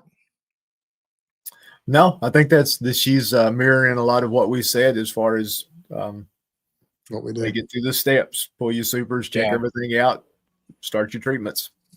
Yeah. And Nancy does do some live chats occasionally. Her and Tom, her and is it Tom, I think, get on there some, and they do some live chats, and they talk about bees a lot. So we appreciate the support, Nancy. Let's see. Collector Rick's honeybees. He asks the following, or he says, how important is it to use a screen when you want to share or sell your honey? My guess is he's talking about straining the honey, maybe as it comes out of the extractor. That would be my guess as to what he's talking about. What do you guys think? I always do. I just, it's, you can be as careful as possible, and you're still going to end up with pieces of wax. There's going to be pieces of bees. And if I'm going to a market and I hold up a bottle of honey and I'm like, hey, I collected this honey, and they look in there and they see like decapitated bee bodies and wax floating, it's just presentation wise, it's just not good. So I always make sure that I filter it. I use that hop spider that it just fits right down in the buckets. It gives you a little bit more volume as compared to the filters that sit on the top of the bucket. I found that was a bottleneck for me, just because those filters, I mean, I think they only got to be about 3 inches thick, maybe. And I would have that thing get gummed up with wax and other debris. Those hop spiders, ever since I went to those things, I leave the gate on my extractor wide open, and when the bucket fills up, and let me tell you, I'm going to plug something else. It's that little honey alarm. Oh man, that bucket. I love that thing. When I heard that little alarm go off, I had a second bucket with a second hop spider, and I just moved it right into that spot. And I lifted up the prior hop spider and let the honey drain down, and just went to a different bucket. So I make sure I filter mine out. Yeah, check out JL apiaries. Those little alarms, that thing saved us. I think when we were doing Rusty's, we may have had one bucket overflow, but it was the one under the wax spinner. It wasn't the one where we were actually draining the final product. Those little alarms are incredible. You think, I thought, man, he gave that to me. I think his name is John. He gave that to me, and I thought, I'm not gonna need this thing, but I'll take it, and thanked him for it. But man, when we used it, first of all, I saw Mike Berry using it. He was real impressed with it and thought it was a good thing. And then when we used it, you know, the day we used that thing to do my harvest, we didn't have a single bucket overflow. And we had 160 buckets, 161 buckets with it. And it just, because I had a guy right there managing it, even if you have someone right there watching the buckets and you have your big crew going, you know, he may walk away and go grab a towel or a rag or something, or he may be moving the honey over to dump it in the hop spiders the way we do it. And it can just very quickly, it can overflow if you're not right there on top of it. But that alarm, you know, if you were happen to be walking away or you happen to not be right there, it really helps. Plus, it is consistency. The buckets are all very similar depth, and you know they're filled all very similarly. They're not, some aren't filled like to a half inch to the top, and some like 2 inches. They're all pretty close to the same, and so it was a great asset. But Keith, I know you strain your honey as well, probably, right? Oh yeah. That is a great little gadget. That little alarm. What do you use to strain? Do you use how do you do it?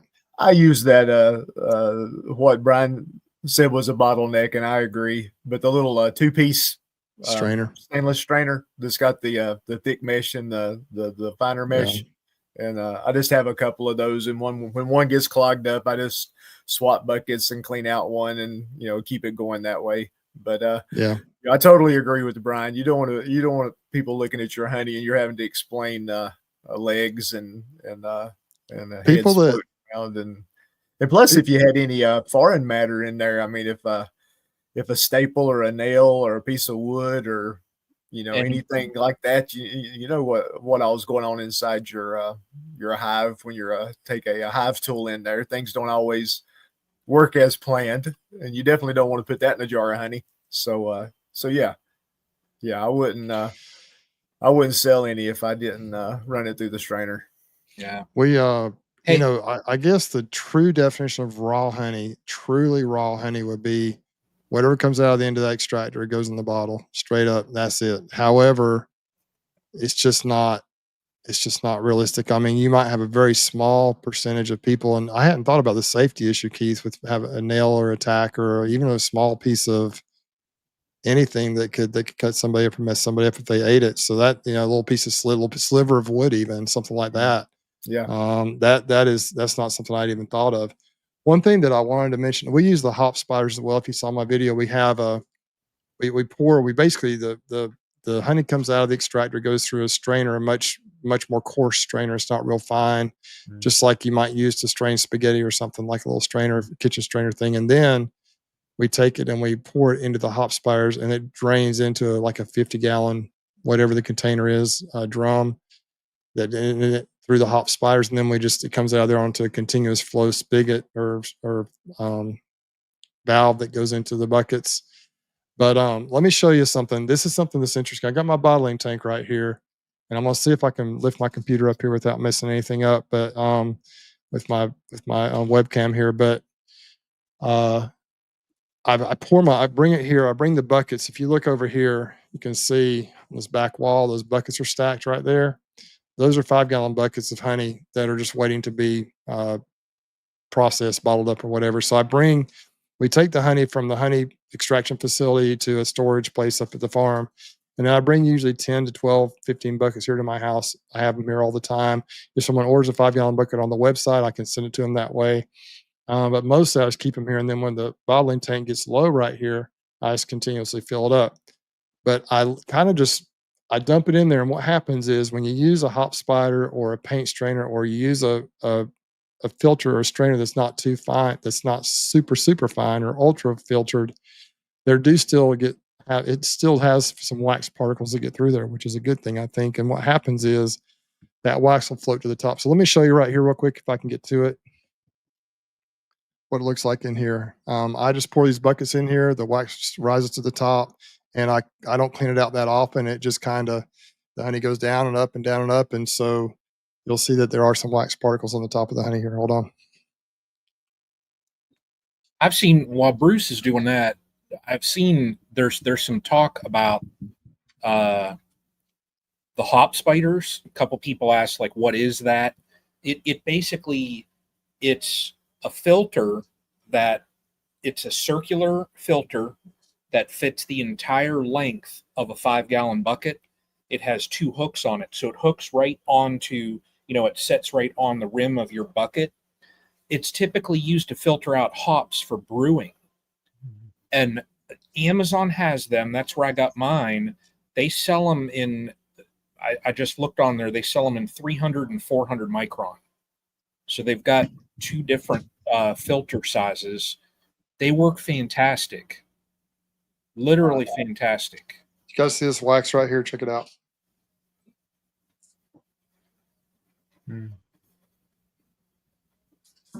So when people ask, they'll say, hey, is this raw honey? If they could come look at this bottling tank, they would see that even though we do put it through a strainer, people are always like, is your honey raw and unfiltered? A lot of people, not many people say that, but you see that on people's labels. And I'm careful to say it's not filtered because, it is. It goes through, I guess you call it a strainer, filter, whatever you want to call it. But, it definitely goes through that. So if they wanted to see actually true unfiltered or unstrained honey, they might have a different opinion on it. But you can just tell by looking at my bottling tank that there is some stuff. There is some stuff that gets through the strainer, and it's very fine wax particles. When you open up the 5-gallon buckets, there's usually a thin layer on there. And you can, if you want to remove that, for those who may want to do that, you can just take like a piece of saran wrap or plastic and lay it over the top, pick it out real quickly, and it'll pull the wax out. Just set it into another bucket or something off to the side. But the wax always floats to the top. My honey is perfectly clear.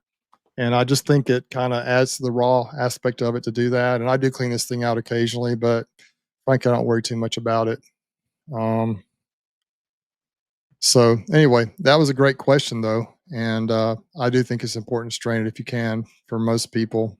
If someone was to say, I just want a bottle of stuff straight out of the extractor, I don't care what's in it, I might be willing to bottle it up for them, but I've never had anyone ask that. But there might be a market for that, but it'll be a very small market, and I've got a lot of honey to move, so I'm not going to do that. And one more thing to consider, Mike Berry has talked about this. Mr. Ed does this, I think. A lot of commercial guys will just put it straight into buckets. They'll have like a clarifier tank where some of the wax will get out of there, but it'll end up with a significant layer of wax on the top. But the wax floats to the top, so if you let it settle over time, and you drain it from the bottom, you can get some really nice, clean honey that way. But because all the impurities rise to the top usually. But if I was going to sell a 5-gallon bucket of honey to somebody, I can't. I don't want to send them with a 3/4 of an inch of stuff on the top of it. I want it to be pretty much pure in there, not have a lot of wax particles or other kinds of particles in there. Yeah, nobody wants to look in a bottle either and see bee legs and antennas and heads and that kind of stuff either, which it's just can't help it. You're going to have some of that. Hopefully not much, but there will be some of that occasionally. Great question, Collector Rick. Appreciate that question, man. Hope you're still on here to listen to it. Jason Egan in Utah. Jason is part of that group out there. We got Glade out there. We got Bracken and Jed have YouTube channels, but Jason, had lunch with him one day. Him and Ian Casper, also out there in Utah. Just some great guys and really cool. And Jason has this comment. He says, here in Utah, and heard some rain last night. It has been real dry out there. Bracken's been talking about that. It is very dry. Can you tell the flow is over by the amount of activity coming and going from the hives? Just don't want to be late pulling supers. Thanks. What do you think? Can you tell if the flow is over by looking at the activity at the fronts of the hives? Yeah, I could tell pretty easy when the flow was slowing down because you have a lot of foragers hanging out on the landing board and on the front of the hive during the day. When the flow's going good, that's not happening. They're coming out of the hive and shooting out like bullets. There's no loitering on the landing board when the flow's going good. Another way you can tell. If you set your some equipment outside with honey and if nobody comes to help clean it up, there's a good flow. Or if you just put some sugar, put some 1-to-1 out on the porch and see if anybody shows up. If the flow's going on, nobody will show up. If the plate gets covered up with bees, your flow's probably on the downhill side. Yeah, man, that's great. It's great. Perfect. Yep. But Jason, I would say definitely if they're starting to just not, you can tell like Keith said, if they're just like a, Atlanta highway or a lot of traffic, like the, Atlanta airport would be a better way to describe that. Just in and out, fast as they can go. The flow is going on, and as that activity begins to slow down, the flow is probably slowing down. But I would just go ahead and get that honey off. If you have boxes that need to be taken, I'd go ahead and pull it. And you could put a box back on there and see if they start to fill it back up again. And if they don't, then you'll know it's probably over. They'll at least clean it up, and your supers will be dry then. But I would get that honey off when you're able to, so they don't start so they don't start eating it or whatever. But of course, you want to leave.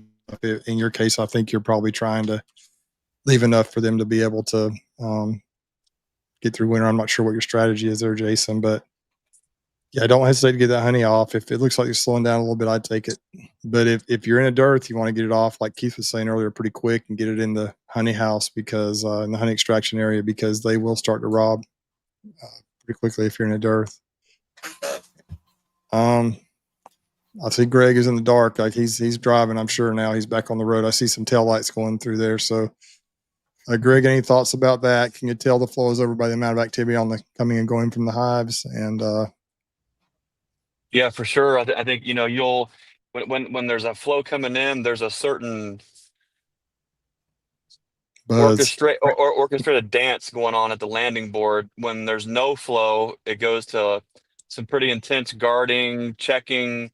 The flights look a little bit different, but also how they interact with you is also a little different too. And that you'll pick up on that as you are watching the landing board. You'll pick up that their behavior is just a little bit different than when it was when there's a flow. It's you can do no wrong. They could care less. So what you guys mentioned that's spot on. Good deal, Brian. Any thoughts? No, that's it. I mean, you can tell by their behavior is one, and you just have to stay on top of them. And that's a ask me how I know also, because I've tried to sneak every little drop out of a flow and then got busy, and you go back a week later and half of the honey that you had in your supers is gone. And you're like, well, this stinks. So I try and get it off like towards the tail end. And then usually what I'll do is, I do the singles. I've got a deep and a medium. The one medium I never extract, so I leave it. But after I extract, because it's towards the tail end of the flow, I tend to throw another super on. So I'll have a deep, and like right now I have a deep and two supers, just to give a little bit of space also, because I don't want them, if there is a little bit of flow coming in, I pull all the supers off. I don't want them to end up getting, nectar bound, pollen bound, anything, and then end up that they go into a swarming situation, and then I'm July, August, and they're requeening. So sure. Yeah, it's timing, Yeah. and you learn that. You learn your area, What I hope to see when we pull our summer harvest is I like us to be right at the tail end of the flow, maybe even just the flow, just barely over. And that way the robbing usually isn't too bad, and we can mostly get the honey we want. And usually they've packed enough away in the bottom box or two that they have enough stores. And so this year we played it just about right. This year our flow is a little bit different. Some years the robbing get a little bit intense, but this year the robbing wasn't bad at all when I pulled my honey. And so I think we timed it pretty good. So we did put the lids on them to make sure they weren't robbing, but they didn't get aggressive towards robbing much at all. We had a little bit that first evening when it was kind of rainy outside. If you watch the video, they're pulling the honey, but it wasn't bad at all. They weren't really robbing aggressively, trying to get into the honey house either when we were harvesting that honey, which was another sign that Rusty has bees pretty close, and they weren't. There were a few flying around trying to get in, but it wasn't horrible. Good stuff, guys. Great questions. We really appreciate everyone being in here. And I've completely lost track of the live thread. So if there's more questions, Brian, I don't know if you've been flagging them or not, but I don't know. We might be. I'm not sure if we're going to be able to take a whole lot more new questions. Let's see something going through there, Brian. We need to flag. Oops, I had a comment. Oh, I think I deleted a comment from Stan Gore. I got the boss here distracting me. Yeah, there was a comment from Stan Gore that a question about brood breaks, waiting 3 weeks for a brood break before I introduced the Hawaiian Queens. That's possible, but man, I just want to get them loose in the hives. I know a lot of people utilize brew breaks for mite control, and they lots of times they'll use that as their primary method of mite control. Sometimes they'll hit them with OAV once the brood breaks have occurred and there's no brood in there. But I've never really done that. It might be something worth a try, but with the number of colonies I have and the time I have, limited time I have, I just like to let those queens get in there. I just like to treat. Frankly, I just like to treat my bees. It's not a problem for me. I know a lot of people try to avoid it. I know there are a lot of people down in certain parts of the country that are working towards it, and they've figured out ways to be successful at that. But I just really don't like the idea of either of keeping a brand new queen caged up for 3 weeks, 2 or 3 weeks before I release her. I think they need to, especially with the heat and humidity, they need to just get out and get doing their thing. And I don't do that, Stan. I'm not saying it won't work, but it's nothing I've ever tried. But I like where your mind is on it. It may work just fine, and maybe someday I'll try that. But right now, I'm just going to let these queens get chewed out of their candy and get released as soon as they can. Next question. How often are you checking and inspecting your bees? I get the impression it's not that frequently. We've kind of addressed this already. Do you guys have any specific time frame on that? I guess it depends on the time of the year. Keith, what's your philosophy on frequency of inspecting colonies? Just an overall philosophy. What do you do? Yeah, like you said, it depends so much on the time of the year. Early in the year, starting in March, my philosophy is trying to keep my hives as big as I can and keep them from swarming. To do that, I'm going in my hives probably every 5 days up until I put my supers on. Then once I get the supers on, I'm not really messing with the hives until I take the supers off, which is several weeks later. So you're really in them every 5 days there for a while, and then I'm not in them at all for, a couple of months. Then this time of year, you get back into, I guess my normal would be trying to take a quick look every couple of weeks, and by quick look, I'm looking for food and brood. I open it up. If the third frame I'll look at has eggs and larvae, I'm done. I'm not going any further. So sometimes inspections might take less than a minute. By the time you pop the top and pull a couple of frames, it's over. So I really never do a deep dive and go through the whole hive chasing a queen or anything. I just don't do that. But the only time I dig down into the hive, now I run all mediums, so I usually run 3 mediums for my brood area, which is about the same as a double deep. So I rarely go to that bottom box unless I don't have any brood, and I'm looking for something. If I'm going that deep, the hive's got a problem. So that's pretty rare. Man, we could just take that down so many rabbit holes. So Keith, in like 2 paragraphs or less, 200 words or less, 200 words or less. If you are trying to do splits and you need to know where the queen is, how do you isolate her, or what do you do for your splits? If you need it, you mentioned you rarely go try to find the queen. What do you do? This is just a quick little, I just want to find out what your technique is when you're doing splits for the queen. I'll usually do a dirty split with my mediums. I'll just take, if I've got eggs and young larvae in both boxes, 2 out of the 3 boxes, I'll just pull a box and start another hive with a box. I don't care which one the queen's in. There you go. And if you want to find out where the queen was pretty quickly, you can see the queen cells. Yeah. A couple of frames. You can see it, but I'm terrible at finding queens. I only ever see a queen when I'm not looking for one. Exactly. The main time I look for a queen is if I'm putting frames in my little observation hive to go when I'm going to do a presentation in front of some kids or something. I'll take my observation hive, and I can never find the stupid queen. Yeah, man. So with me trying to find my queens this weekend on these mean hives, I don't need to bring you down here to help me then, right? No, I would be useless. I'll bring you drinks. All right, good deal. Brian, any thoughts on that? I guess to me, it's kind of as needed. I like to get them check, at least peeking every couple of weeks. Sometimes it's more intense than that if I'm in the middle of manipulations, splits, or whatever. But and then when you're talking about stacking honey supers on, I put the queen excluders on whenever I think it's time. And unless I detect a problem, like you said, Keith, I just don't go back down in them.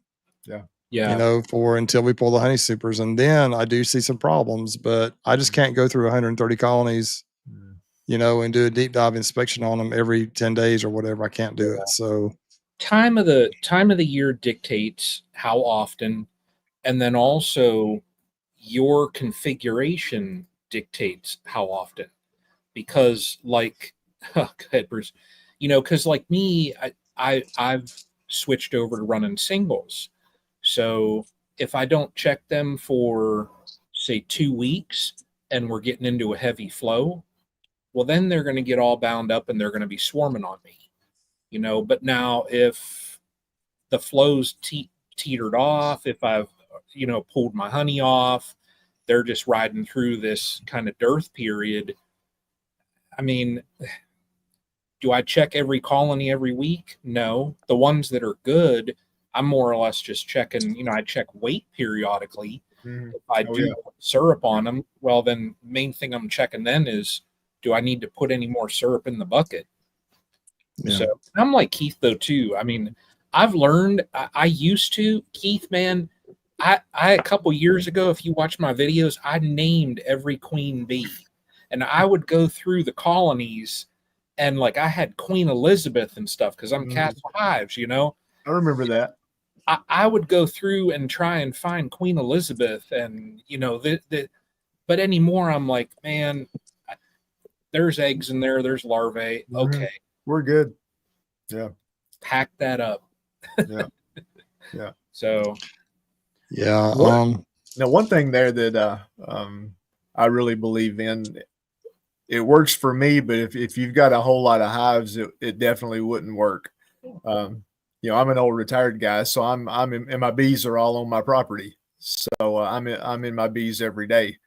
I can tell when one of them isn't acting right. I'm in them enough where I know what those hives normally look like. So if something changes, I can see it, and then I know I need to go in there. Something's happened. They've lost a queen. Something's going on.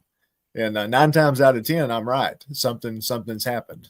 And superseded a queen. I had a video not too long ago about that. I had a hive that suddenly the activity went down on it, and they had superseded the queen. They had made one, and she had started laying again, but the population had dropped quite a bit. So, but yeah, spend time in your bee yard. Take time to enjoy the buzz. That's something you kind of learn with time.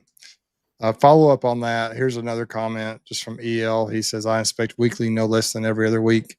Got to remove any queen caps or misplaced comb. Check queen. Do Mite checks every 2+ weeks, but I'm in Southern California.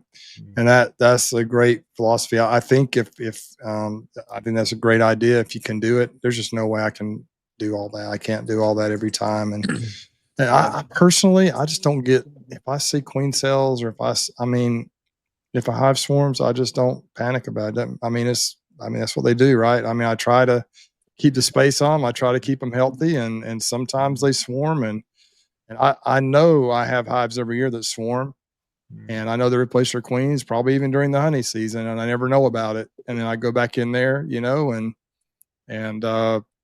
and I go back in at the end of the honey flow, and there's a queen in there laying eggs, and who knows how many of these queens are actually pretty young queens that they swarmed or made their own queens. A good strong colony, even a prime swarm, it'll knock them back a little bit. But some of these queens I've got, man, it's like it doesn't even hardly slow them down. Now, if they do a prime swarm and then a secondary swarm and then a secondary swarm, and they keep doing those secondary swarms, they'll swarm out. Nothing left. But if they just do one good prime swarm, lots of times they don't skip a beat. Sometimes they're even more motivated and build up faster after that. Yeah. Greg, Greg, I think you're there. I know it's dark where you're at, but I'm not asleep. Thoughts on when you're dealing with your you better not be asleep. I think we might see some flashing lights and stuff if that were to happen. But if you're talking to your people at the learning yard, or any advice you might have as far as frequency of inspections, what we could tell them when people are trying to figure that out. So what I tell folks is I got 2 things on that. Number one is you have to go to the worst case scenario first, meaning what's the very worst thing that's going to happen if I don't get in there? What does that timeline look like? And for me, that is the colony that's they're ramped up, they're growing out of their box. They make a queen cell and they swarm. Well, what does that timeline look like? How long can I put that off before I can get in there and take action and reverse that course? And for me, that's historically has been 14 days is the furthest that I like to push colonies out to get in there and get a snapshot, because then you can go in there and course correct. But what if we just get rid of the word inspection? Like, have you guys have grown a tomato plant before, right? I Yeah. want to challenge folks to Right think now. of their colonies as a tomato plant. You're thinking, what in the world is this goofball hillbilly hippie talking about? Check this out for just a second. You know, the trouble with me on road trips is I just you think I squirrel dog and go down rabbit holes when I'm in front of my computer. It's even worse when I'm driving. But I just had this thought: what if we get rid of the word inspection and replace that with cultivation? We're looking at a Okay. colony that is an asset, that is a resource that we're cultivating. Just like that tomato plant in the garden, you're going to get out of it what you put into it, right? If you prepare that soil ahead of time, we like to crack an egg, prepare the soil ahead of time, get those nutrients in there, dig that hole like extremely deep, put that tomato plant down where we're the first set of leaves we're pulling off, let it create roots, clear up to that first set of leaves, create that big, strong, healthy, beautiful root structure. And then we're going to go through and we're going to be thinning and pulling out weeds. We're going to be pulling off suckers. We're going to be watering and nurturing that thing. And then eventually we're beyond the root growth. We're beyond the pulling off the suckers. Now we're getting into targeted harvesting, trellising, tying up, all, and it all changes. But if we think of our colonies the same way, we are cultivating that resource, knowing there's going to be specific times that we need to get in and take specific action. If we put that time into it, we're going to have a big, beautiful crop that we've got this asset and this resource to do something with. There's nothing better than having a huge slew of tomatoes that you're stewing down and you're canning up and you're making sauce and you're making all the same thing with the bees. If you put the time into it, if you get in there as needed, it might be every 3 days for 2 inspections. It might be every 7 to 10 days for most of those inspections. And it might be every 10 to 14 days towards the end. But if you think of it as cultivating more so than inspecting, that might help reframe what we're actually trying to do with that colony. And now it becomes, okay, there are going to be different times of the season that's going to require a little bit more effort, just like those tomato plants. Man, I like that analogy. That's awesome. Greg, you could write a book on that. Greg, there's a lot of books Greg could write, I think. Hopefully he's working on some because he's got all kinds of great ideas, and I appreciate it, man. But that doesn't make a lot of sense, and I appreciate that. Okay, thanks for that question or comment there, EL, and the two folks that brought that topic up. Thanks, Pat, for the super chat. Congratulations on an awesome honey harvest this year. Thanks, Pat. I appreciate that. I think I know the 3 of us, Brian, Keith, and I have all had good honey crops. And Greg, I don't know if you've harvested yet. It sounds like you're in the process of doing that or about to do it. So we all appreciate that. And thanks so much, Pat, for the for Freedom Apiaries for that super chat. Let's see, DC's bees. Okay, now this is I flagged this because it's a cool comment. If those who are in the chat are not familiar with DC, he is in a lot of the live chats, super great at supporting folks in these chats, and just a great guy. I love DC to death, but I've been checking out his channel a little bit more lately, and he recently did a honey harvest. I'm not sure if you guys saw that, but he set up his living room with his entire extraction set up, and his comment here is, "Watch out, wives don't like it when you mess up their living rooms with bee gear." Man, he had that thing decked out with the extractor, the uncapping tank, all the buckets and everything in there. And it's kind of fun watching his process there. And DC he's thought a lot about this. He's watched a lot of chats. He's done a lot of research, I think, and he's pretty solid in his beekeeping and the ideas he has behind it. So if you get a chance, so DC's out in Washington State. He's told me before he might be in I don't know if he's in the Vancouver, Washington area. I know he's out there in Washington somewhere.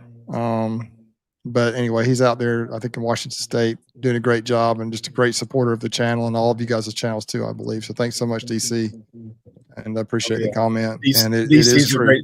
He's a great supporter of a lot of us. Yeah, he is. He sure is. He's always there. He's always in there. And if you can go check out his channel, maybe give him a thumbs up, maybe a like and subscribe. I know he'd appreciate it. He's trying to grow his channel. He's got a channel? Yeah, he's got a channel. How am I just now hearing about that?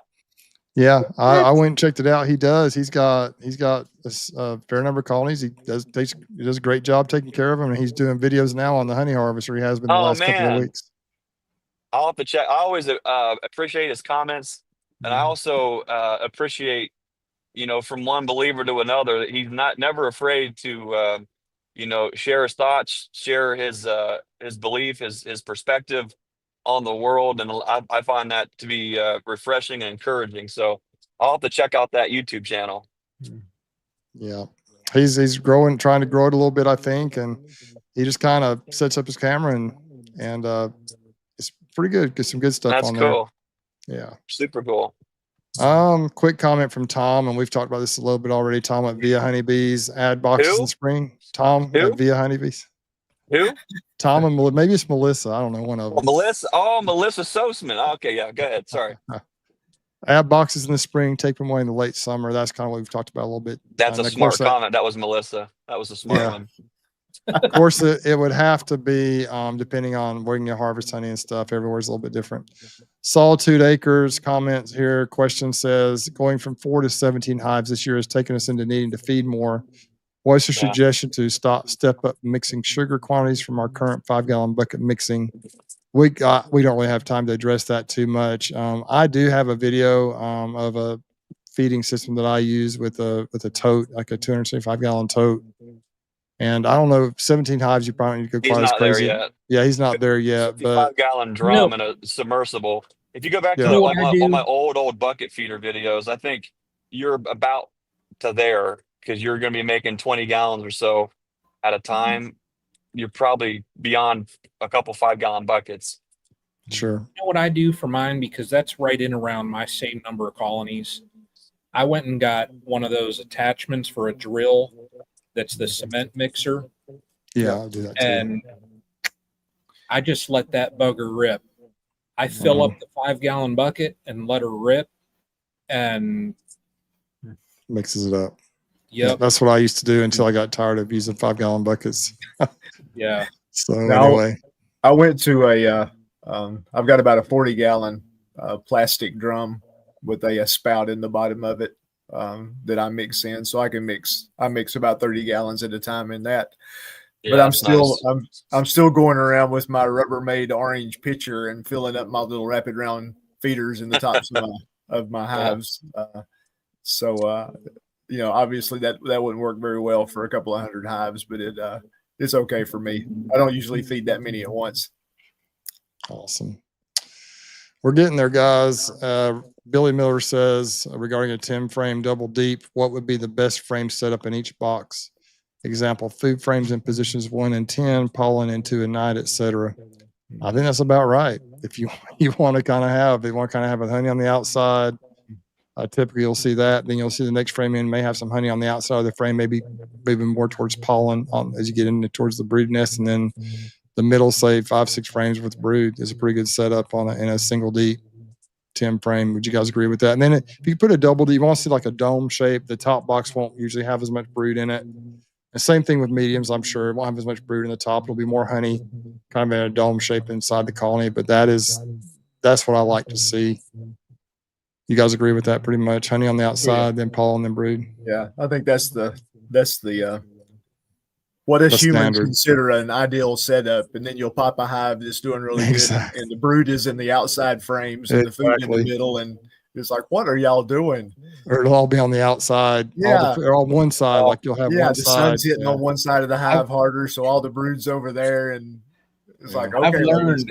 I've learned when I switched over to singles that I can't count the number of times that I've gone to pull an outer frame just to give myself that space, and I pull it up, and the queen is right there, and there's brood on the top of the frame. So where you least expect her. yeah. So for me, I mean, my typical configuration, like frame configuration, I've had some that there's brood on 7 of the frames, 8 frames. Yeah. So, Greg, thoughts on configuration? Is pretty basic, isn't it? Well, you would think. We won't go there right now, but it changes. So that spring nest looks completely different than the summer It nest does. and the fall. And I like what gets me pumped up is when you in that bottom box, just like what Brian said, the queen's on the laying eggs on the outside, and then on the opposing outside, there's 2-day-old eggs there. So she's going like All the way back and across. forth, back and forth, and the honey's up above. That's what I like, because get 8 to 10 frames of brood. That's a powerhouse. Sometimes too, and I didn't really think about this until I watched a Randy Oliver video, but sometimes during the busy part of the season, those bees will put pollen and nectar amongst the brood, I think, so they can feed it more readily. And so that when you see that, it's actually not a bad thing. If you got a good, nice, healthy brood pattern, you got some pollen and nectar sometimes in there. yeah, I think they put it there so they can easily feed those bees. you'll get that with those garbage queens. Try to keep the snacks handy. Yeah, that's right. We got Lisa here with a super chat. Lisa said, always great information here. That's why I love y'all. Lisa is awesome. She lives right here close to me, about 20 miles north of me here in Ozark. She lives in Ozark. I live in Dothan, Alabama. And Lisa is just a bright star. She is awesome for the beekeeping community, and she is just a great individual, great person. Bruce, she was also just featured on the Wildwoods YouTube channel, Grayson's channel. Had her I on, need to check that out. Yeah, that was earlier this week. So check that out. I need to do that, man. There's so many live chats now; it's hard to keep up with all of them. There's like 3 live chats a day anymore. It seems like. I know. It's hard. It's like ESPN 1, ESPN 2, ESPN 14. It's like, what are we doing here, guys? I heard the chat on Monday went wild in the woods. Do you guys have that did somebody has that trombone setting? Wah, wah, wah, wah, wah, wah, wah, wah, wah. I don't have that. That was good. That was good, Brian. Just kidding. That was good. That was good. That was awesome. Let's see. We're getting there. Feathers asked this question. I'm in Maine and I bought bees this year. Do I need to treat for mites? Absolutely. There's one word to answer that. Yes. Or check. At least check. You got to check for sure. You got to check, because we have colony. I mean, we don't have time to go down that road, but you might be surprised. You check. Just do a mite wash. Yep, that's a good way. It's a good time to learn to do that. Okay. Let's see here. Now, see over here in the comments, Glade's going to be on Grayson this coming Monday. Utah Bee Man. Wow, nice. Grayson, man, Grayson has no fear at all. Grayson is on it. He does a good job. He does a good job. He's working, and I'm impressed with how much his channel's improved over the years. He just gets better and better. It's been fun to watch him from the beginning of his channel till now. He wears those funny hats like you too, Bruce. Those weird Atlanta Braves hats. He wears them too. the red ones. Yeah. It's the mullet. The Highland, mullet. The mullet A, as they call it. Highland Honey, thanks for the super chat. It says great chat. # stream team. Appreciate you, Highland Honey. We got EL super sticker, $10. Thanks a lot, EL. Appreciate that, man. I'm trying to figure this darn thing out. Let's see. We got, Justin Strom says, I would like to make a video for my year of beekeeping. I know you guys use Epic Sound. I use Epidemic Sound. Do you guys pay $100 a year forever? How does that work? I think that's what I did. I can't remember. Yeah. I think I paid the lifetime, because I don't get billed for it. Either I did that or I paid the monthly, but whatever I paid, it's pretty cool. Problem with Epidemic Sound and making videos is there are like 40 or 50,000 songs to choose from, and I have no idea how to find all the awesome music that's in there, but it is incredible. If you're trying to use music for a YouTube channel or for a streaming type stuff, it's really, I like it. I think YouTube's got some free stuff too. I mean, until you get your feet underneath you and figure out what you're trying to do, because next thing you know, you'll have $400 or $500 a month in subscriptions for that's true. multimedia stuff, and then your wife says, "What is this for? What is that for?" And you. That's ask me how I know. It's like, oh, I forgot we had that one, or I don't know what that one was. I've got these little free trials that you forget about, the free trials that don't stay free for long. But yeah, those you forget about, they all rack up. And I use this. I tried to kind of figure out the YouTube thing a little bit, but it's just so easy. It works so well. But and I don't know if it's worth paying that unless you plan on making, unless you plan on doing more than just one video. I'm not sure if it's worth it for one video, but if you can get a lifetime for that, and if you're going to use it a significant amount, and if you can figure out how to use it, I think it's a great thing. All the music in my videos now is pretty much from Epidemic Sound. I've got 20 songs probably in my little folder, when there's probably way more that I would like, that hidden songs I just need to figure out how to find out there. So it's a tremendous What's the other one, Bruce? Is it Canva, or what's the other one? There's another music one. There I think there's several, but that's the one I use. I'm not sure. There are some other ones out there, but it's pretty cool. You could do the thing where you convince yourself, I'm not going to get subscriptions, I'll just buy a guitar. Yeah. He could hire you to play. He could hire you to play for him, Greg. Just record some music for him. He could. Somehow we find ways to justify those expenses. Sometimes I'm not sure they ever pan out, but you're thinking, well, what would my CPA say? Oh, okay. Anyways. So if I bought a Les Paul to do music just for my YouTube videos, that would be, I could write that off? As long as it's a gold top. As long as it's a gold top, a 58 gold top. Ooh, now we're talking. See, I got to come by your place for a jam session and to take a ride in Bertha. Still listening. Did you hear that? Did you hear that, dear? Okay.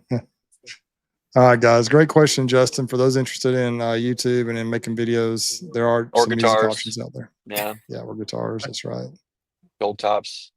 All right, and bringing up the end here, we got Brian Lee. Nice chat tonight. Great to see everyone. Travel safe, Greg. Thanks, Brian. Brian's been a great supporter of the chat for all these years as well. Just a great friend of mine, one of my best friends out there in the community. So appreciate it, Brian. One of the coolest guys I know. Who else has an orchestrated light show with their car? I mean, hauls skids of Enduro-Hive waxed equipment with a Tesla. I mean, that's just, you can't get any cooler than that. I mean, if in the dictionary where it says the word cool, they got a picture of Brian Lee sitting right next to it there. He's awesome. That's it. Let's see. Look at Don Bearden. Man, Don's awesome. He's been a friend of mine. He's watched the channel really almost from the very beginning. He's a great supporter. Bruce is a good man, no matter what Brian Lee says about him. Brian says good things. Don is incredible. Don swung by. He was down in Florida when we harvested honey. He swung by and bought one of my buckets of honey the day we were harvesting it. Just a great guy. Anyway, just a great man. He lives up in Birmingham, and he's probably been known to wear some Alabama gear also. He's a big Alabama fan, just right there close to the University of Alabama. So anyway, we've gone on probably about long enough. I just quickly, guys, if we go around the horn one more time, and if we missed if anyone had a question or a comment that we missed, we apologize.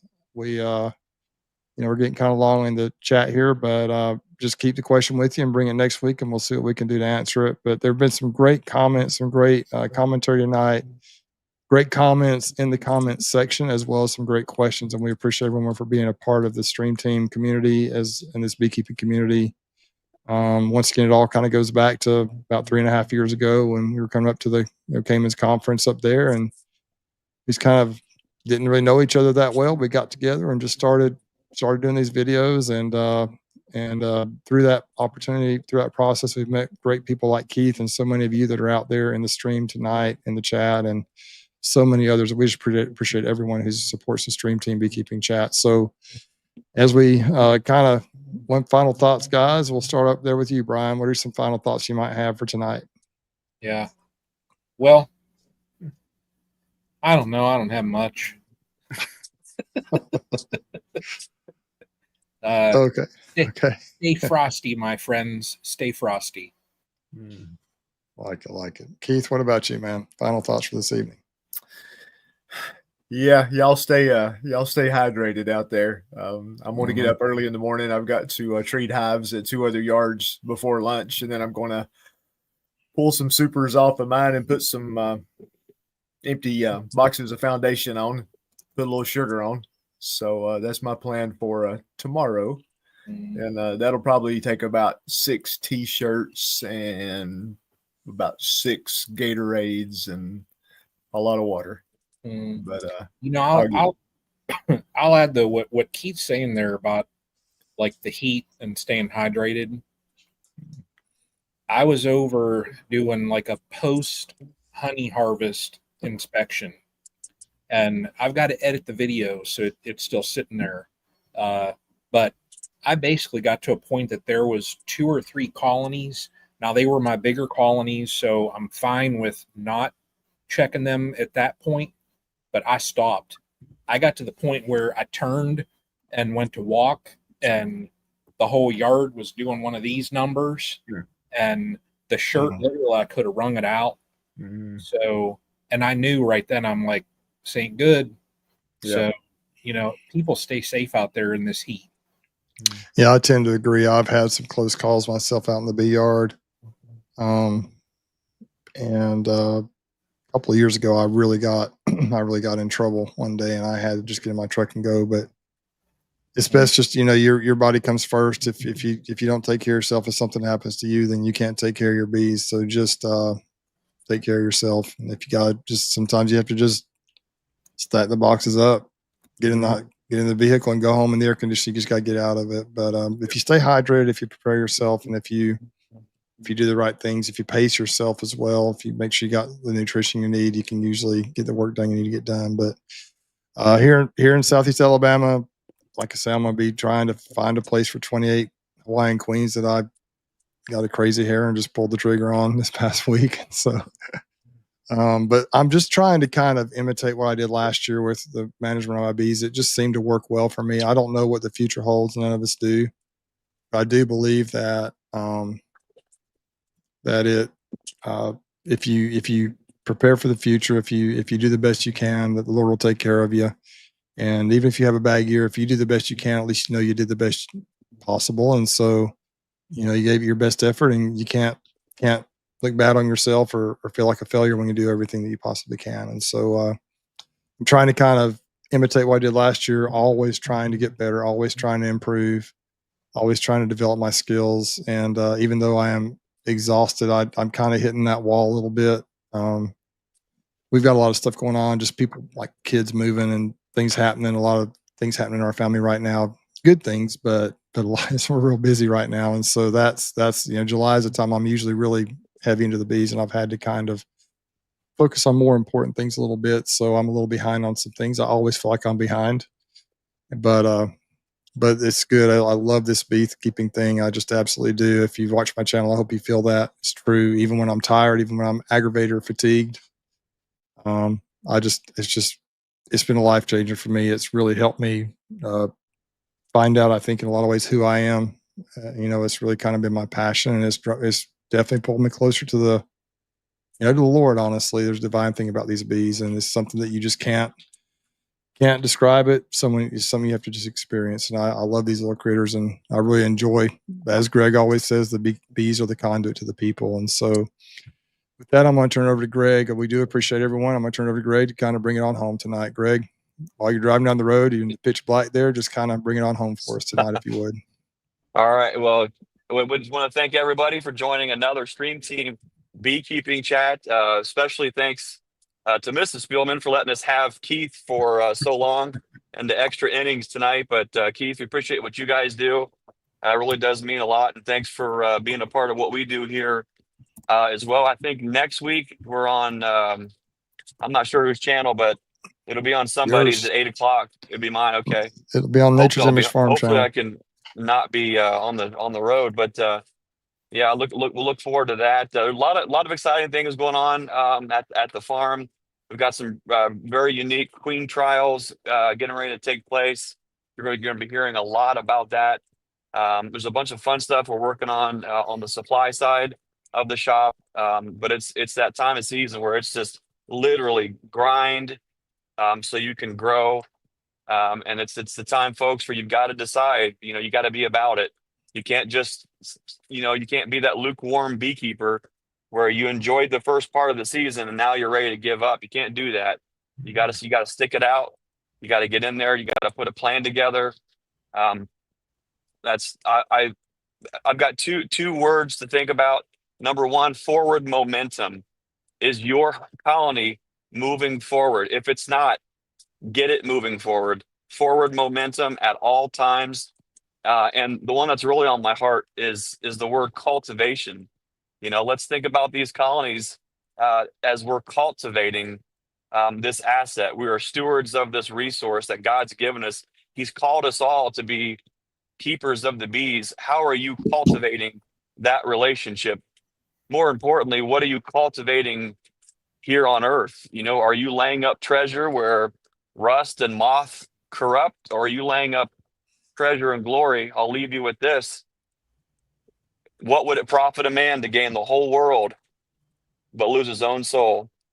We want to thank you for spending time with us tonight. We'll see you next week, Wednesday, 8 p.m. on the Nature's Image Farm YouTube channel.